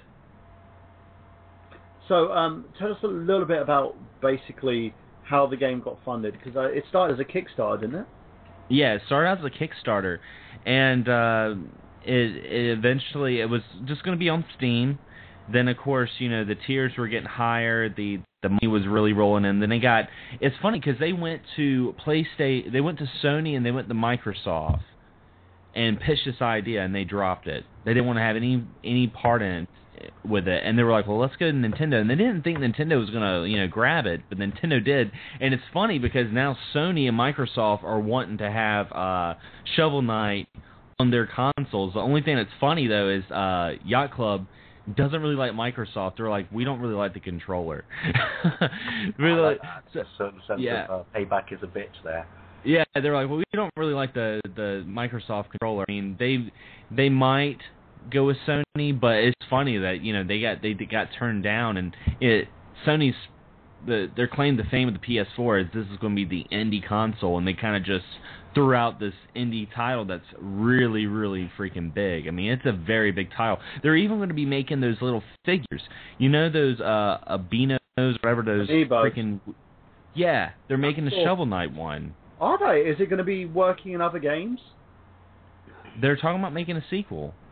Ooh, but with the Amiibo figures, the Amiibo figures are they're cross-platform in a sense, because you can play them on apparently the ones that you get for what was the game called for Super Smash Brothers. You can actually use them on Mario Kart 8 as well. Oh, nice. So you get these hyped up characters on Mario Kart 8 that you can actually get exclusively in the Amiibo. So that means that Nintendo are integrating Shovel Knight into those games, which I'm excited for. And apparently they're not just basically going to be on the Wii U. They can work on the 3DS as well, because they have this little attachment to the 3DS that allows you to play NSF figures on there. So that again, it seems like a very unique idea. And I love the fact that Shovel Knight is part of the Nintendo family at the moment. That it's a Nintendo exclusive at the Mo. I believe it's being released on PC as well, isn't it? Yeah, it was already released on Steam. And what was really cool is I got this email too late because I had already purchased the game, and it was a first come, first served. But Yacht Studios, they're really close friends with Concept, which is behind Mighty No. 9. So Mighty No. 9, of course, I'm backing them. They left an email, and they're like, well, we know you guys are huge fans of, side-scrolling action. Our buddies are coming out with this game. So they were actually giving out hackers a code for the full game of Shovel Knight. But it was a first come, first serve, and I saw it like 2 days later. I was like, oh shit! I already spent $15. But it was a good $15. They gave you a Steam code for Shovel Knight. Not the Steam code. They gave you a Steam code. They also gave you a 3DS code and a Wii U code. Damn it! Why didn't I see this? No! Camera pan down on top of Mike's face now, and you slowly pull out of the earth. Yeah, I want a copy of this game, but I can't afford it at the moment, so I'm waiting to save up my premium points so I can actually. Maybe if you're a good boy, Santa will notice. Yes, hopefully, or he'll just molest me. There's the other thing that I wonder about this game though as well. Why do you think it's gotten so popular? It's just pulling. It's pulling all those heartstrings. It's taking all the elements that we love of retro gaming, and it doesn't feel gimmicky. It doesn't feel forced. Online made us cynical, and it's almost done its homework with much of these things, which is, well, that's something more refreshing, something more innocent. That's, you know, something I grew up with, as opposed to buy this, then throw it out, buy this, throw it out. You know, it's. I think, as I said, I don't mean to touch upon the same thing, but I think it's kind of like people just go, no, this is what I want. You know, I'm tired of this modern market that essentially is just make money, churn out Call of Duty, churn out Call of Duty, churn out Call of Duty. Where's the passion? That's what I'm looking for. You know what was funny? What was funny is I was having band practice yesterday, actually, and my guitarist, he finally bought Shovel Knight on Steam, because I kept telling him, like, dude, you need to get this game, you need to get it. And we were having band practice, we were taking our smoke breaks, and he was like, yeah, so I got Shovel Knight. And I'm like, yeah, how you like it? He was like, that game's pissing me off so much, it's so fucking hard, and blah, blah, blah. And he's talking about it, and I'm like, welcome back to the fucking 80s, man. Yeah. I was like, welcome back to the time... to do? Yeah, I was like, welcome back to like when games, you know, you only had 4 games that came out a year, so those games had to hold you over, you know, and that's what it's got, man. And they weren't necessarily broken, like, you know, some of the stuff you get endlessly patched. It was just, no, this is how the game was made. You know, maybe if you're not of a certain skill set, you won't get beyond this, but it's not necessarily broken. I'm not saying there aren't games that were broken back then, but you know what I mean, which is, that's what the 80s was to me, which is games just said, this is my game, this is my concept. Let's hope you're up to the challenge. This is my this is my gun. This is for hammering. This is for fun. You know, though, if like take a game like Castlevania or Ninja Gaiden, if it came out today, okay, with today's kind of look on gaming, one of the things that pissed people off the most about those games is when you got hit, you got knocked back. Well, if that came out today, it wouldn't surprise me if like a company was like, all right, well, you guys didn't like that. We got a DLC that we'll sell to you guys that, you know, if you get hit, you won't get knocked back. Oh, by EA. 32K modem. Yeah, by EA. So EA would basically do that for you. They'll just be like, yeah, we'll give you free DLC with that. But I'd like to take your Madden 91 around a friend's house. Please use this code so we can only play it once. Yeah. If you want to lend it to him, you can do, but you can't get it back. Hit him behind a paywall. But that's the thing. That's the best analogy ever of where Microsoft. I know Microsoft. I'll shut up in a minute, but you know Microsoft did a U-turn. But that's the best analogy ever, which is why I was so annoyed when they announced the Xbox One, which was, you know, it's going to be limited like this, and it was like, well, hang on a minute, aren't you missing the point? That one of the greatest things you did as a kid comes back to what Xander said, which is you could only afford this amount of games. One of the best moments or memories of anyone's life was you took a game to school and you knew that you were going home on someone else's school bus to spend like the evening at their house, have tea with them or whatever, you know, and spend the night gaming, and they would do the same with you, but you would take a game that they didn't have or you didn't have. It's how you experience more gaming. So when Microsoft announced that, I know they did the U-turn, they said you can only install it on this many systems or whatever. I'm like, no, you don't take away that social aspect of gaming from us. It's existed since the Atari 2600. Yeah, but I think one difference is, though, even though you could bring... So if I were to take my Super Nintendo game, I could bring it to 15 people's houses. Like, if I were to, I guess, have my profile on all the other people's Xboxes, can't they all play the game anytime they want? You know what I mean? That's a good Like once you point. download it, can't anybody just play it whenever? So like, even though you could share one game with infinite amount of people, there was still only one copy.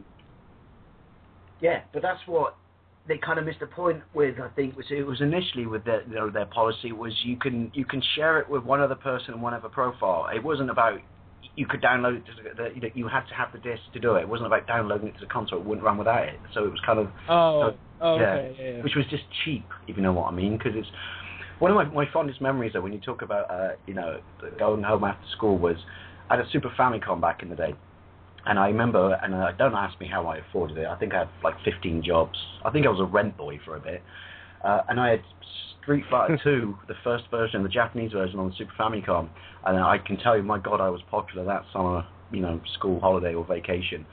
And I remember all my mates came around and we used to sit in a little box room where it wasn't even big enough for a bed, so I just had a mattress on the floor, my dodgy little 14-inch colour telly, and we used to play Street Fighter 2 tournaments. And my mate, Luke Buckland, congratulations on getting married, Luke. I'm pretty sure you're not listening to this, but I stand by what I did that day, even though we were 10. I beat him, and he threw the control pad at the wall, and I went, Luke, you can't even buy this console in this country. What are you doing? And he goes, yeah, well, you beat me, you cheated. I went, you just threw my pad at the wall. And he goes, yeah, well, I'm not going to apologise. And I just remember sitting there like a child and just go, Dad, Luke said he think you're a prick. My dad came up and threw him out of the house. Oh, good times. That is amazing. But yeah, no, it's that to me is one of the fondest things that I love as a kid. Two things that which is why these Kickstarter things are good, because they go some way to bringing back that memory. But two things I loved about gaming back in the day was, one, when you would go over your mate's house in the evening and play a game, or he would come over yours and play a game. Or two was when you would trade a game at school, and like a temporary trade. But it was a game you were dying to play and you could not afford it. And so the night before, bear in mind I'm like 8 at this point, the night before you almost couldn't sleep because you're like, he's going to let me down, he's not bringing it. And it was a really big deal. And then the minute you showed up at school, you didn't give a shit about your lessons. You just found this kid. I just found Elmer and just went, where's your game? And he pulled it out of his bag and just went, oh, you got it. And then I didn't give a shit about my lessons for the rest of the day. I just sat in class thinking, I want to play Strider, I want to play Strider, I want to play Strider. My God, this day is taking so long. Yeah, no, I quite possibly I probably got punched in the head a lot as a child, and that's why. But the Kickstarter thing goes a long way to kind of restoring that, because when people say like you should look forward, it's wrong to reminisce all the time. Well, no, it's not. If something made you happy, if something made you smile, what's wrong with trying to relive the magic? But that's it. Do you find that you're reliving magic, Xander, as you're playing Shovel Knight? Oh yeah, it's funny. I made a video of my first impressions on my YouTube channel, and I was mentioning when I got the game, it actually started raining outside, and that just made me feel even more nostalgic. Cause I had just gotten off work. I was I was off for the weekend. It was like a Friday, and I put in the code, and I was waiting for it to download on the Wii U. I ordered a pizza. I had a little 6-pack. Of course, I wasn't drinking 6-pack back then, but it started raining outside, and I was just like, holy shit! I was like, the planets are aligning right now, and I'm going back to when I was a kid. Like, that's what it felt like. Loved it. Now just picture if you were using your original controller. Yeah. Oh yeah. No, I know what you mean about that. Oh that, man. That kind of school. Oh, I'm on vacation. Da da da da. At least with me, I used to go and arrange football matches with neighbours and villages and neighbourhood schools, and we used to ride like miles, which you would never do now because your parents wouldn't let you go because we never had mobile phones or anything. But I remember summer was brilliant, even though I had a console, and then it was like you said, it would start raining, and you're like, oh, I'm confined to the house. And then you go up all sulky, at least in my case, and then you pop in a cartridge on your old system, like your Master System or your Mega Drive, and you turn it on, and all of a sudden you're like, it's kind of nice that I'm stuck in, really. I'm not going to lie. My mum can't bitch at me and say, you should go out and do something more healthy than this, because, well, it's raining, Mum. What do you want me to do? Get wet in the cold? You want me to get pneumonia and die? Right. Yeah. So I'm pretty sure you can't afford it. In fact, go make me a cup of tea, because I'm saving you money right now. Now, excuse me, I've got to beat Rastan Saga too. But what's the difference on that, though? What's the difference between, playing that and a next-gen game? Why do you feel there's so much nostalgia there? It's what you grew up with. I know that's a cliche statement, but it's what you grew up with. And I think the minute you got to, all right, maybe you had to go for a few consoles. The magic was still there, but the minute you, at least to me, that was the Mega Drive or Genesis. Was the minute you got to a console, it was such a leap above everything else, but still primitive to now. But as a kid, you just went, I know it's not, but you just go, oh my God, the arcades have come home. It was just, this is absolutely fantastic. But it's a cliche or a hypocritical statement, because the more technology moves on, we can say like, well, aren't you ever going to get that moment again? Well, no, I don't think you are. I think the first time you experienced that moment where you got a system where it was such a step up from everything else that you want to hold on to it. And I don't mean that, that like in a bad way, which is, because people say you should always move forward. No, at least to me, that with the Mega Drive and the SNES, it was like, this was something I never thought was possible at the time. It was a complete eye-opener over all the other systems I've played at the time. And regardless of what came afterwards, that was that moment in time where I was kind of like, this is brilliant. Who knew this could happen in my home? Very, very true. So, going back to that, is Shovel Knight only a digital title, Xander? Yeah, it's only digital. Which, I mean, that's like what Zach was saying. I mean, that goes into the whole, like, I love that they're bringing all this stuff back, but I really wish they would still do physical stuff as well. And here's if anyone's listening that has a Kickstarter or they're thinking about doing a Kickstarter, I will tell you from my personal experience, what makes me back a Kickstarter is not only the idea, that's the most important, is the idea and the vision, but also the rewards for backing. And, if you're putting out a retro game, put those backing towards, like, that nostalgic feeling. And the first thing that comes to my mind is, like, when Mega Man 9 came out, and they had those limited 200 presses of the Mega Man 9 NES cart that you would open up, and it had a mini disc of the CD with art. And, it came in its own original box. It looked like an NES game. It even had old, like, style price stickers on it, like it was on clearance. Those things do stuff like that. Aren't they, price-wise? But yeah, that goes do stuff like what that. You're saying there is, know your audience.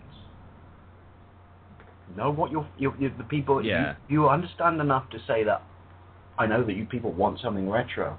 Then why not go that little bit further and know that, in that case, not necessarily a physical copy as such, but a physical something that will bring back some level of magic or nostalgia to the people that you're marketing at. Because aren't you marketing it at us, which is, I want retro.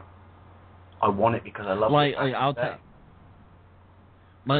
Okay, theoretically, if I was making an RPG right now, one of my backing rewards would be, if it wasn't on physical, like a physical copy, it would be like a potion that pulls out into a thumb drive.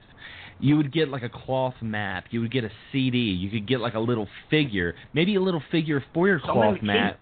Kind of going back, kind of like like in the cloth map with a figure, almost like Miracle Warriors when it came out for the Master System. That's what you got. You got the little figure. You got the cloth map because they didn't really have a world map back then. So you get something like that, and have a thumb drive as like a potion or some sort of character that's in the game. Like a shoe card if you're doing a PC Engine game. That would be cool. Yeah. I'm bagging that one. That's the possibilities are endless. I mean, they did have those Mighty No. 9 thumb drives that were very limited. That you get a Mighty No. 9 thumb drive that was the shape of an NES or Famicom cart. I thought was really cool. That's cool. Yeah, I saw that because I think part of mine was I would get a free. Part of the backing that I did, I got a digital copy of the game, but I would get a booklet and a box, so I can put the box on my shelf to act like, yeah, look, I've got. Yeah, that's cool. Yeah, no, that totally works for me. Yeah. It's like, that's the route that was good. I know it's not a perfect system, and I'd probably get one eventually. But when they did the Neo Geo thing a year or so ago, and even though it runs on emulation, the fact is you can run it on your TV by putting it in a copy of the case of the Neo Geo console, the AES. that to me is kind of a little nod. All right, so you're not, I understand in this case that you are emulation, and you're not a perfect version of it, but you just went, well, we know that you could never afford this back in the day, and it's getting more difficult to afford it now, so here you go, you've got your little handheld, but if you want to play it on your TV, here's a hollow shell that you can put it in that looks exactly the same as a Neo Geo console. Like, kind of things like that, like nods, basically, to your fan base. I will tell you the one thing that sold me on that Neo Geo X, because Neo Geo X was not that great, but the thing that sold me on it was that freaking charging dock and arcade stick that you got with it. Now, if it was just the handheld, they're like, hey, we're selling this handheld with like 20 games, I would have been like, oh, how much is it? Oh, it's $100. I don't feel like getting it. But when they had that charging deck that looked like an AES system, and they had that USB arcade stick, I was fucking sold. Yeah, that was my point. Yeah, exactly. Which is, I know it's not. I still want one. I know it's not a perfect system. But they gave you something that appealed to the person who was only going to buy it in the first place, if that makes sense. And it was, thank you. This is you get it. You get why I do this stuff. You get why I buy this stuff, and you get why I play this stuff. But they've discontinued the system now, haven't they? Because I remember... Yeah, they have. And the prices are starting to creep up as well. Yeah, because SNK Playmore was like, this is... Because they found that it was dodgy. That the system itself was dodgy because it's been like... Everything was like glued in... it is incredibly poorly manufactured. Yeah. So, for the Neo Geo... Betrayal! Betrayal! Betrayed me! I'm sorry. That's not my holy grail. No, that's not what this is about, but I have to say, one of my biggest regrets ever was passing up in cash converters buying an AES. And thinking, I'll come back tomorrow, even though I had the money, and it won't go anywhere. And this is like 5 years ago when the events, but like, oh shit, Dave. If I had a time machine right now, I'd go back in time to 2 days before that event and slap myself repeatedly in the face and just say, fucking buy it, even if you don't have to eat for 4 weeks. Buy it. So, moving on from that, what would you guys like to see? So we'll start with you, Zach. What would you like to see for future developers and future Kickstarters? I don't know, because I'm pretty set on where I'm at this point. I mean, I also, I'm trying to think of other things that I've backed, but I could say that I like a physical release for things, but I just don't see that happening in a lot of points. One thing I will say is now that we have things like the Retron 5, and even before that, the Retron whatever else there was, it's more, I feel like more companies should be willing to make these things that are physical, because you don't have to go hunt down a Nintendo or a Genesis anymore. You can just buy one system that does everything, and to top it off, it's new, so it's not going to be all worn and beat up if you buy it and you're not sure if it works. Yeah. I don't know, personally, I just like seeing physical stuff. So whenever I talk with Tom, a lot of times he says, like, basically, like, who cares if you have to play it on your own hardware, like a Super Nintendo or a Genesis? Who cares if you just play it on a computer? And like I said, it goes back to me that it's like, Xander says he likes to get off of work on a Friday. Hopefully it's raining. Order a pizza, grab some beer, feel like you were when you were 12 years old or whatever. I feel the same, but for me, I don't know, I just like to use my own hardware. I truck my Super Nintendo around all the time. I don't care that it takes up a lot of room. I don't care that there's only one game on a cartridge when I could fit every single game like ever made onto one hard drive that's half the size of it. It's just, to me, that's what I like to do. I like to truck around. I like to play it on that. I like to know that I'm playing a Super Nintendo. That brings me back. That's all I need. My Super Nintendo and some of the games.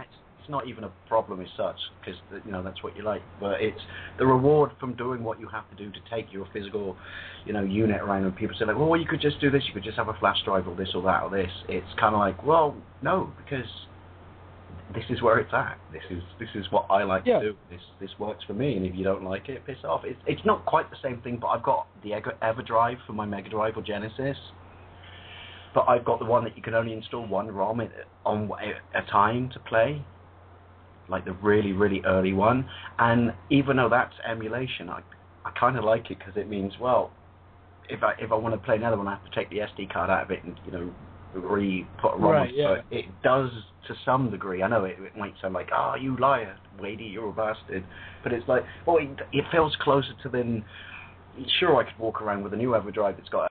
I know this is kind of removed from going old school, but what I'm saying is the fact that it's a chore and an inconvenience, which is why most people hate the original EverDrive, kind of like because it keeps it more grounded in the gaming you're replicating. Yeah, you don't have that. You don't have that emulation problem of gaming ADD.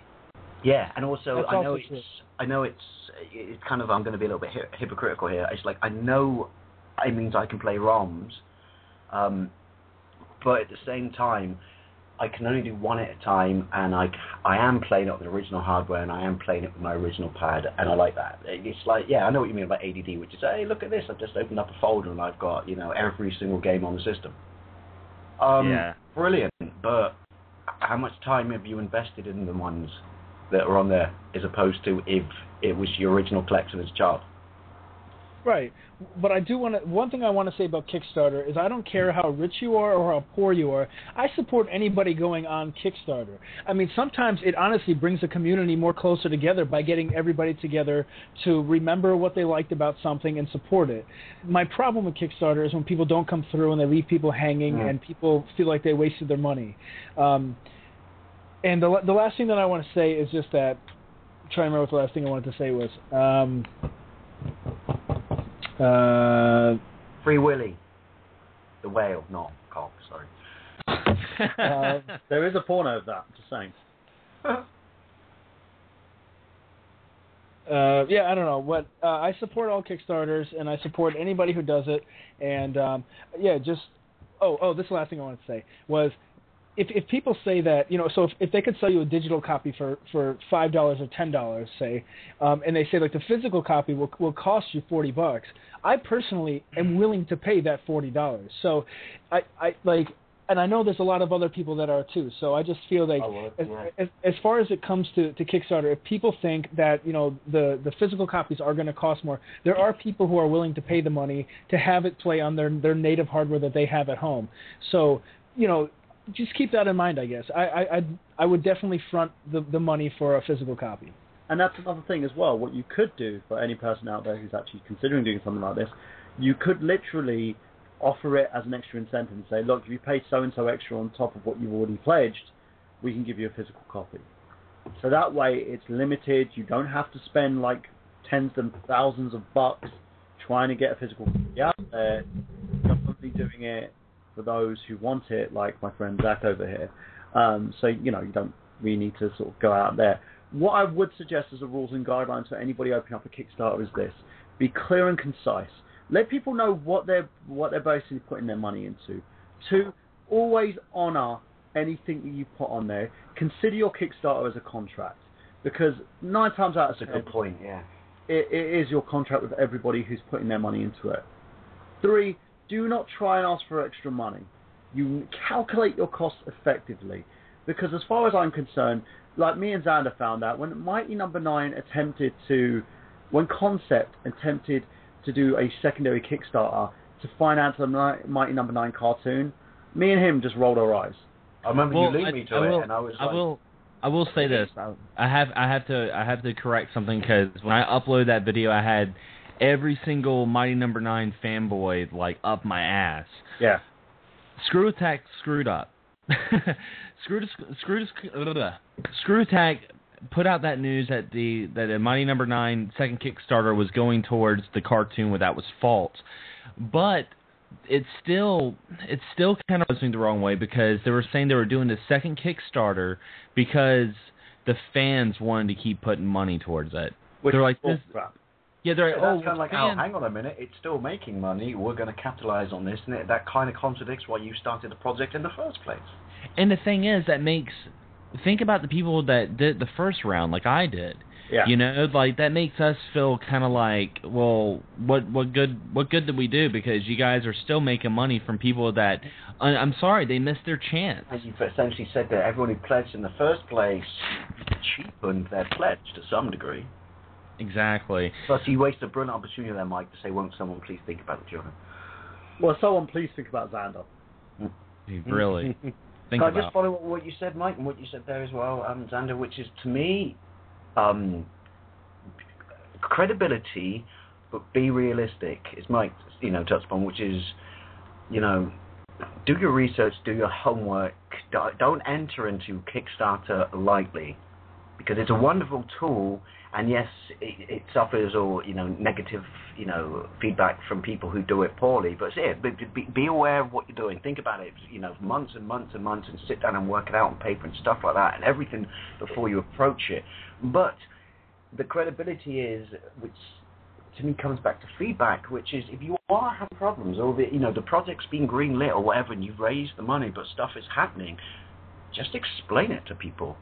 It goes a long way, If you have to explain a credible reason for why, sorry, it's taking this long because we didn't know that when we had to code it this way it was impossible, or even at least the printers fucked us over on what they were going to charge us. Yeah, that's a fair reason. People will accept a decent, fair reason. And then this comes back to what Zach said, which is with the physical copy, which is, I understand that you're going to aim for the biggest, market, or what is not necessarily for success, but what is, realistic of you being able to provide. But at the same time, do your research, put feeders out there in the first place, because you might be surprised that some people say, like, well, we don't want the digital copy, but hey, who knew that 3,500 people, they want, a solid state media copy. Basically what I'm trying to say is, I guess, don't enter into it lightly. Treat it like, it goes back to what Mike said, which is treat it like any sort of, it's not Dragon's Den. Don't go in there and talk bollocks in front of a bunch of 4 fucking idiots who say they got money because it makes good TV. No, this is a business opportunity, and it's like anything that you're going to invest stuff into, even if it's not your money, but you treat it with the respect and response it deserves, which is this marketable? And if I had to, approach a company and say it, I won't walk in there and just go, I've got a dream.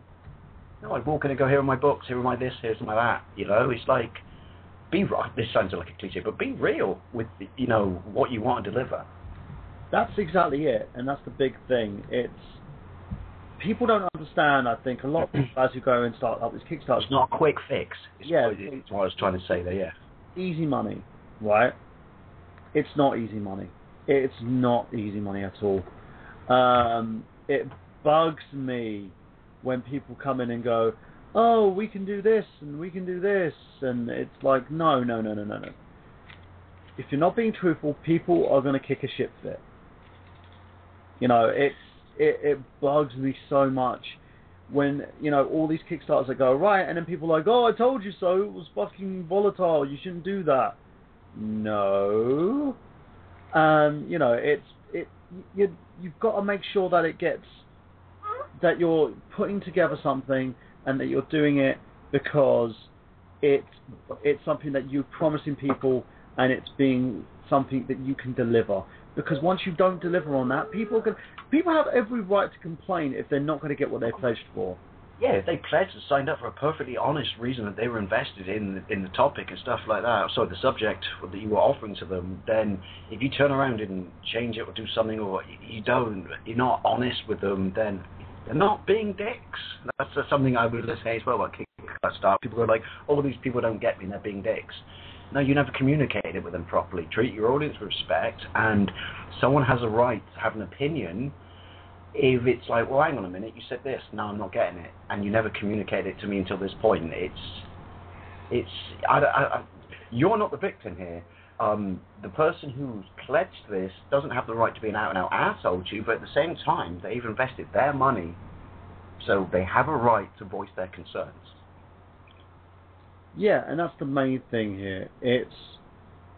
Quickly, sorry, Carl Weathers just lost his arm in Predator. Nice. Shoot from the hip!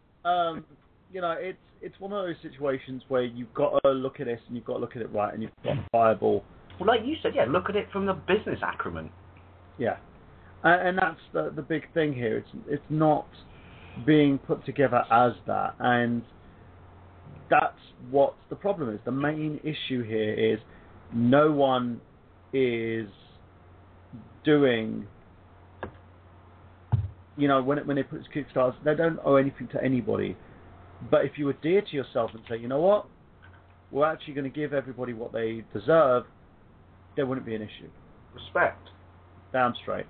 And, eventually, if all these people keep messing people around, it's going to get to the point where this thing is going to get heavily... Yeah, eventually it's going to remove something that for all that, which isn't its fault, for all the negativity and crap projects that have happened and people being screwed over, ultimately it's a tool for good.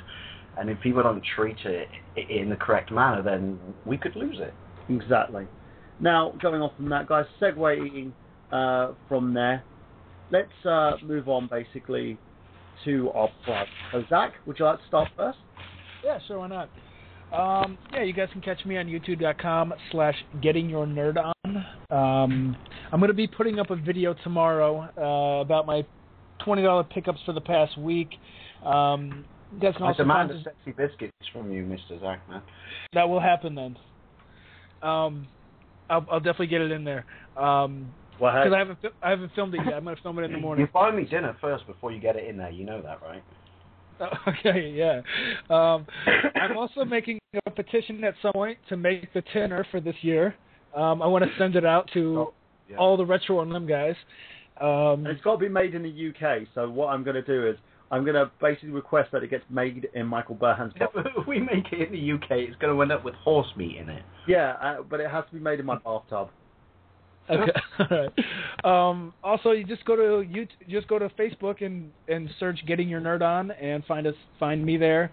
Also, find Killtech9. It's SoundCloud.com. No, something. Just Google Killtech9. KILLTAC-9. You'll find all of our music. And yeah, so just check the channel, and if you like it, sub, and I'll sub you back. Check out what more than welcome to do a sexy biscuit there as well. Yes, and also, just so you know, guys, you can also find them on the nerdgenius.com. I'll be updating the website with all of Zach's videos up to date. I've been a bit lax. I do apologize. I've been busy myself. Don't relax, mate. Life gets in the way. It's all right. Yeah, but no, he deserves. Getting Your Nerd On is one of my favorite channels. No, I'm not having a pop at you, mate. You know that. I'm just saying, like, life, But it's one of my favorite channels, and that's one of the reasons them as well, because it's a great channel. For those of you guys who haven't seen it, make sure you put it on your list to see, because he puts the fun in pickups in a sense as well. Zach basically works very hard along with Kyler as well to make that channel what it is. I would concur. I don't always comment, but I would like to say too many people do pick up videos and just go, got this, this was £5. Yeah, it's like a grocery list. Yeah. Whereas when you do it, mate, it's kind of like... They might as well just say in a story behind it. Yeah, they may as well also come to the end of it and just go, I've got this, and I'm not going to play it. Yeah. On my shelf. Well, fuck you and your shelf. Yeah. If someone tells me I bought this and it's worth this much money and I'm going to crack that bad boy open, I get a semi every time. That's the best thing, guys, and I think that's... If you look at Zach's videos, he's very passionate about what he talks about, and even to hilarious consequences at times where he'll sit there and he'll swear at someone for not looking after their game properly. And he has every right to. So check that out. I believe you are retooling the channel a little bit as well to try and meet a lot more of the kind of demand on the channel itself, especially with your schedule. Is that right, Zach? Yeah, also, as far as the $20 challenge goes, Kyler's going to be taking a break, so I'm definitely going to be taking on... I'm going to try to have a different guest per episode and go against them. So that's one of my goals for the channel. So you work out what it is in UK money. I'll take the challenge. Well, yeah, $20 I believe is like £15, 10 pence, Dave. Yeah, so we'll adjust. What can I spend that extra 10 pence on? Can I buy a chew from a candy store? You can buy whatever you like. That extra 10p is going to be difficult to spend. You can buy you can buy a pack of crisps for some Marmite. They're really expensive, mate. They're £1 a packet. Oh, shit. They're worth it, though. They're like cracking crisp form. But on that as well, on that note, guys, make sure that you check out the channel. Again, I can't wait to see what interesting things you actually do with it, Zach, because it's going to be a fun thing for me to see how you sort of compete against certain people. I know there's probably a great deal of people on Retro on Limb that would love to compete with you for that $20 challenge as well. And also, when you announce it, if you let me know, then I'll promote it on my channel as well. And same here. Now let's move on to Craig. What have you got for us, Craig? Well, I'd just say definitely tune in here to the Retro on Limb Network, and I'll be on a show every Thursday nights It's the On Radio show. Me and Travis Goss and sometimes Burhan be on there. Definitely check out Wednesday night. We got top tier game reviews with Jeremy McDougal and Norm. Me, sometimes I'm on there. Definitely a cool show. We review old video games, get nostalgia for. If you want to reach me, check me out on Facebook, Craig Kellerman. That's awesome as well. And Mr. Xander Scullin, yourself? All right. Well, I host another podcast called Excess Gaming, and I do that with my good buddy James Gruesome. We're actually about an episode away from episode 50, so the next 2 episodes I'm wanting to do something really special for you guys. And I also have my own YouTube channel. It's youtube.com/XanderScullion, and I actually do have Sexy Biscuits for you, Dave. I need to go ahead and send that to you. I already have it ready. So marvelous. Can I just say to anyone on this stream who doesn't know, not this stream, but like the people listening who don't know what Sexy Biscuits is, it was a phrase that kind of kicked in by accident, and I didn't realize that I say a lot when I do like a high score on a game or something, and then people started sending me intros to put in front of mine as a shout out, because I'm very community and it took a life of its own on. So anyone on this stream, of course, you're more than welcome to. I'll shout each and every one of you bad boys out. Yeah.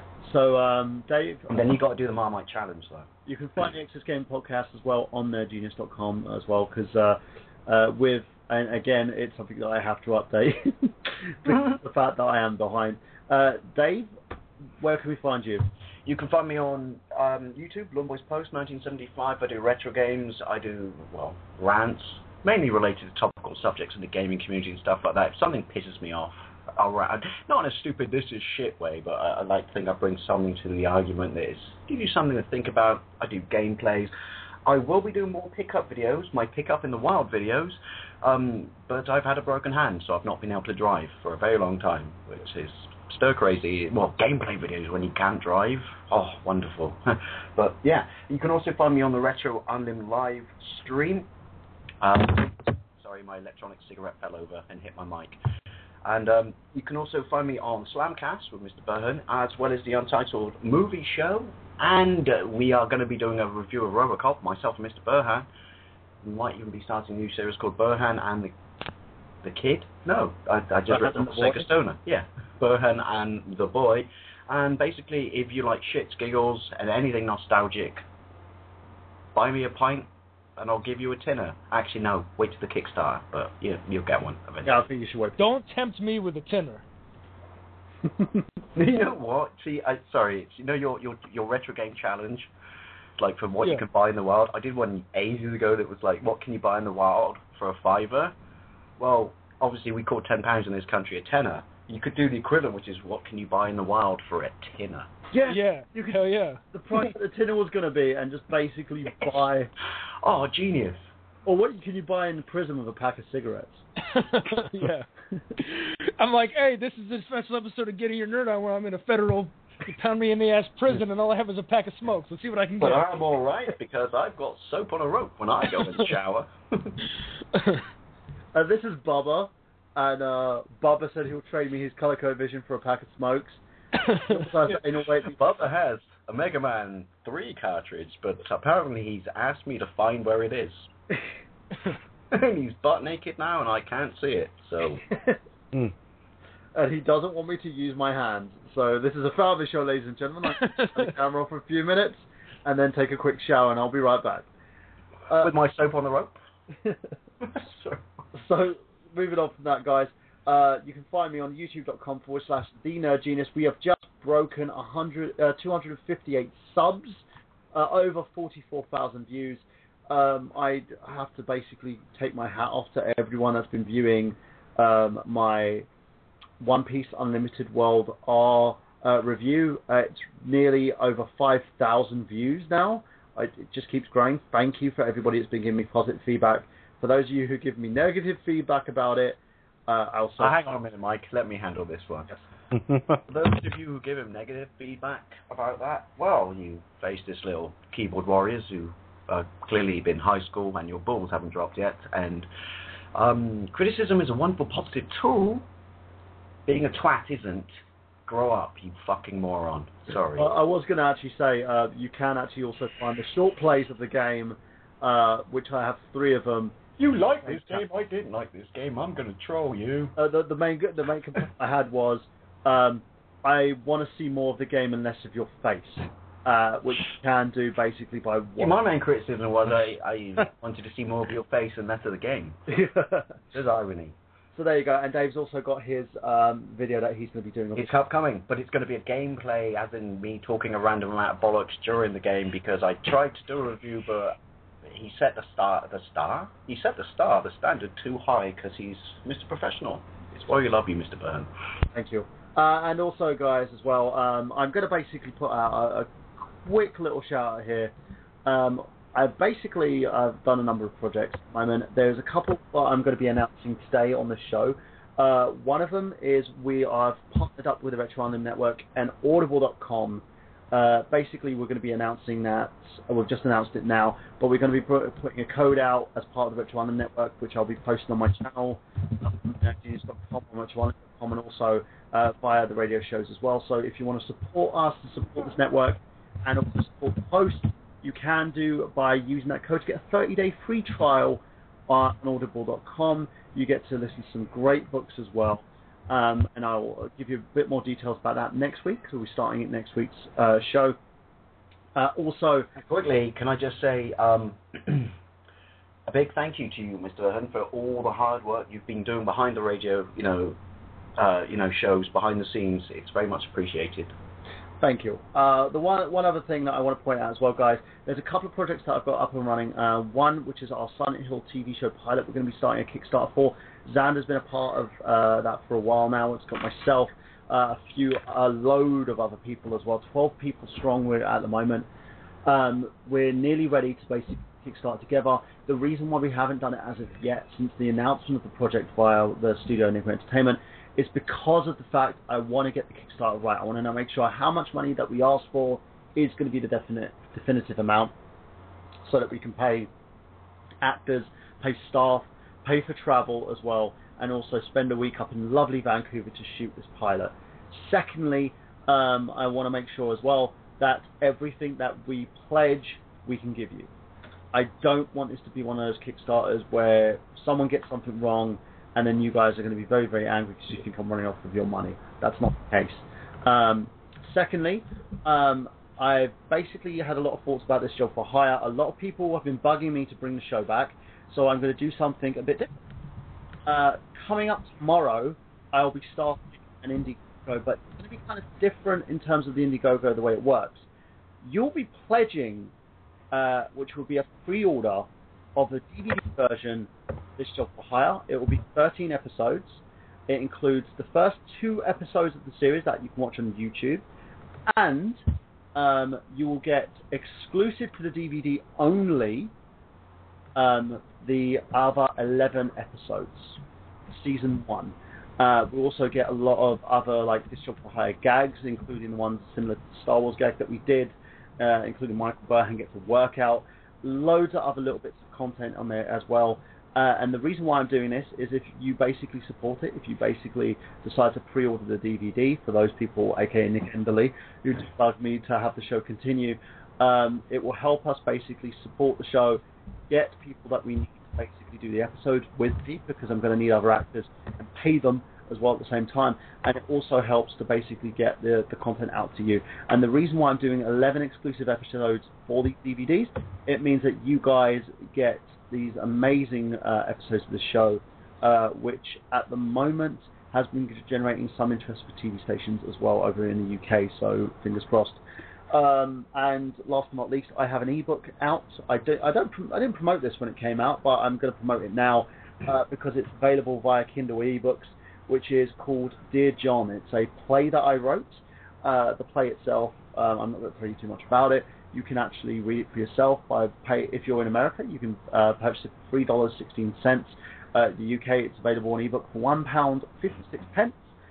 You can also, if you're in America and you've got the Kindle Unlimited plan, it means that you can get it for free. so you can download the book for free. If you're looking for an extra book to add to your collection, download it. Where is the link to buy it? If you The don't link have a is Kindle? available via the I Got Gameplay Facebook page, via my Facebook page, facebook.com/Michael Burhan. I'm going to blast it out via Twitter, via Retro Island, via nerdgenius.com as well, via loads of other sites. If you don't have a Kindle, you can download a Kindle app via your app store. That's free, so you won't have to basically purchase the extra Kindle thing. You can basically download it onto your phone and you can read the book. If you want as well, you can also get the book on loan absolutely free if you're an Amazon Prime member. So you can get it on loan, read it. If you consider that you want to purchase it, you can purchase it that way. So you've got 3 different ways to get this book: via Kindle Unlimited, via purchasing it for Kindle on its own, and via basically doing it via Amazon Prime. It's a very, very good story. It's something that I wrote basically on my last days of uni when I was going through my own certain issues as well. So a lot of me has gone into it. It's a very passionate project. Download it, give it a shot, refer it to your friends, and for those people out there, if you like it, share. I want to get as many people reading this book as possible, and if it does gain enough notoriety, I will then put it out there in paperback form, so people can have it in their personal collection. So there you go, guys. Thank you very much. I know I've been overplugging myself today. I do apologize. For more of this content and everything else on the Retro Random Network, nerdgenius.com. Thank you for supporting the Retro Random Network. Thank you for supporting me. Thank you for supporting all the other hosts on the show as well. And thank you for being the awesome people that you are. And now it's time to say goodbye, of course, because the heart always flutters when we say goodbye, I think. And I'm Michael Burhan for Xander Scully and for Lawn Boys Post 1975, Mr. Dave Wave, from Zach Latour, Mr. Getting Your Nerd On, for Craig Kellerman, for Travis Goss, who couldn't be with us tonight, and also for Jamie Stiles, who couldn't be with us tonight as well because she's at a local con. For Anina Kasky as well, who gave us a nice little retweet. This is Michael Burhan saying that we've got gameplay. Have you?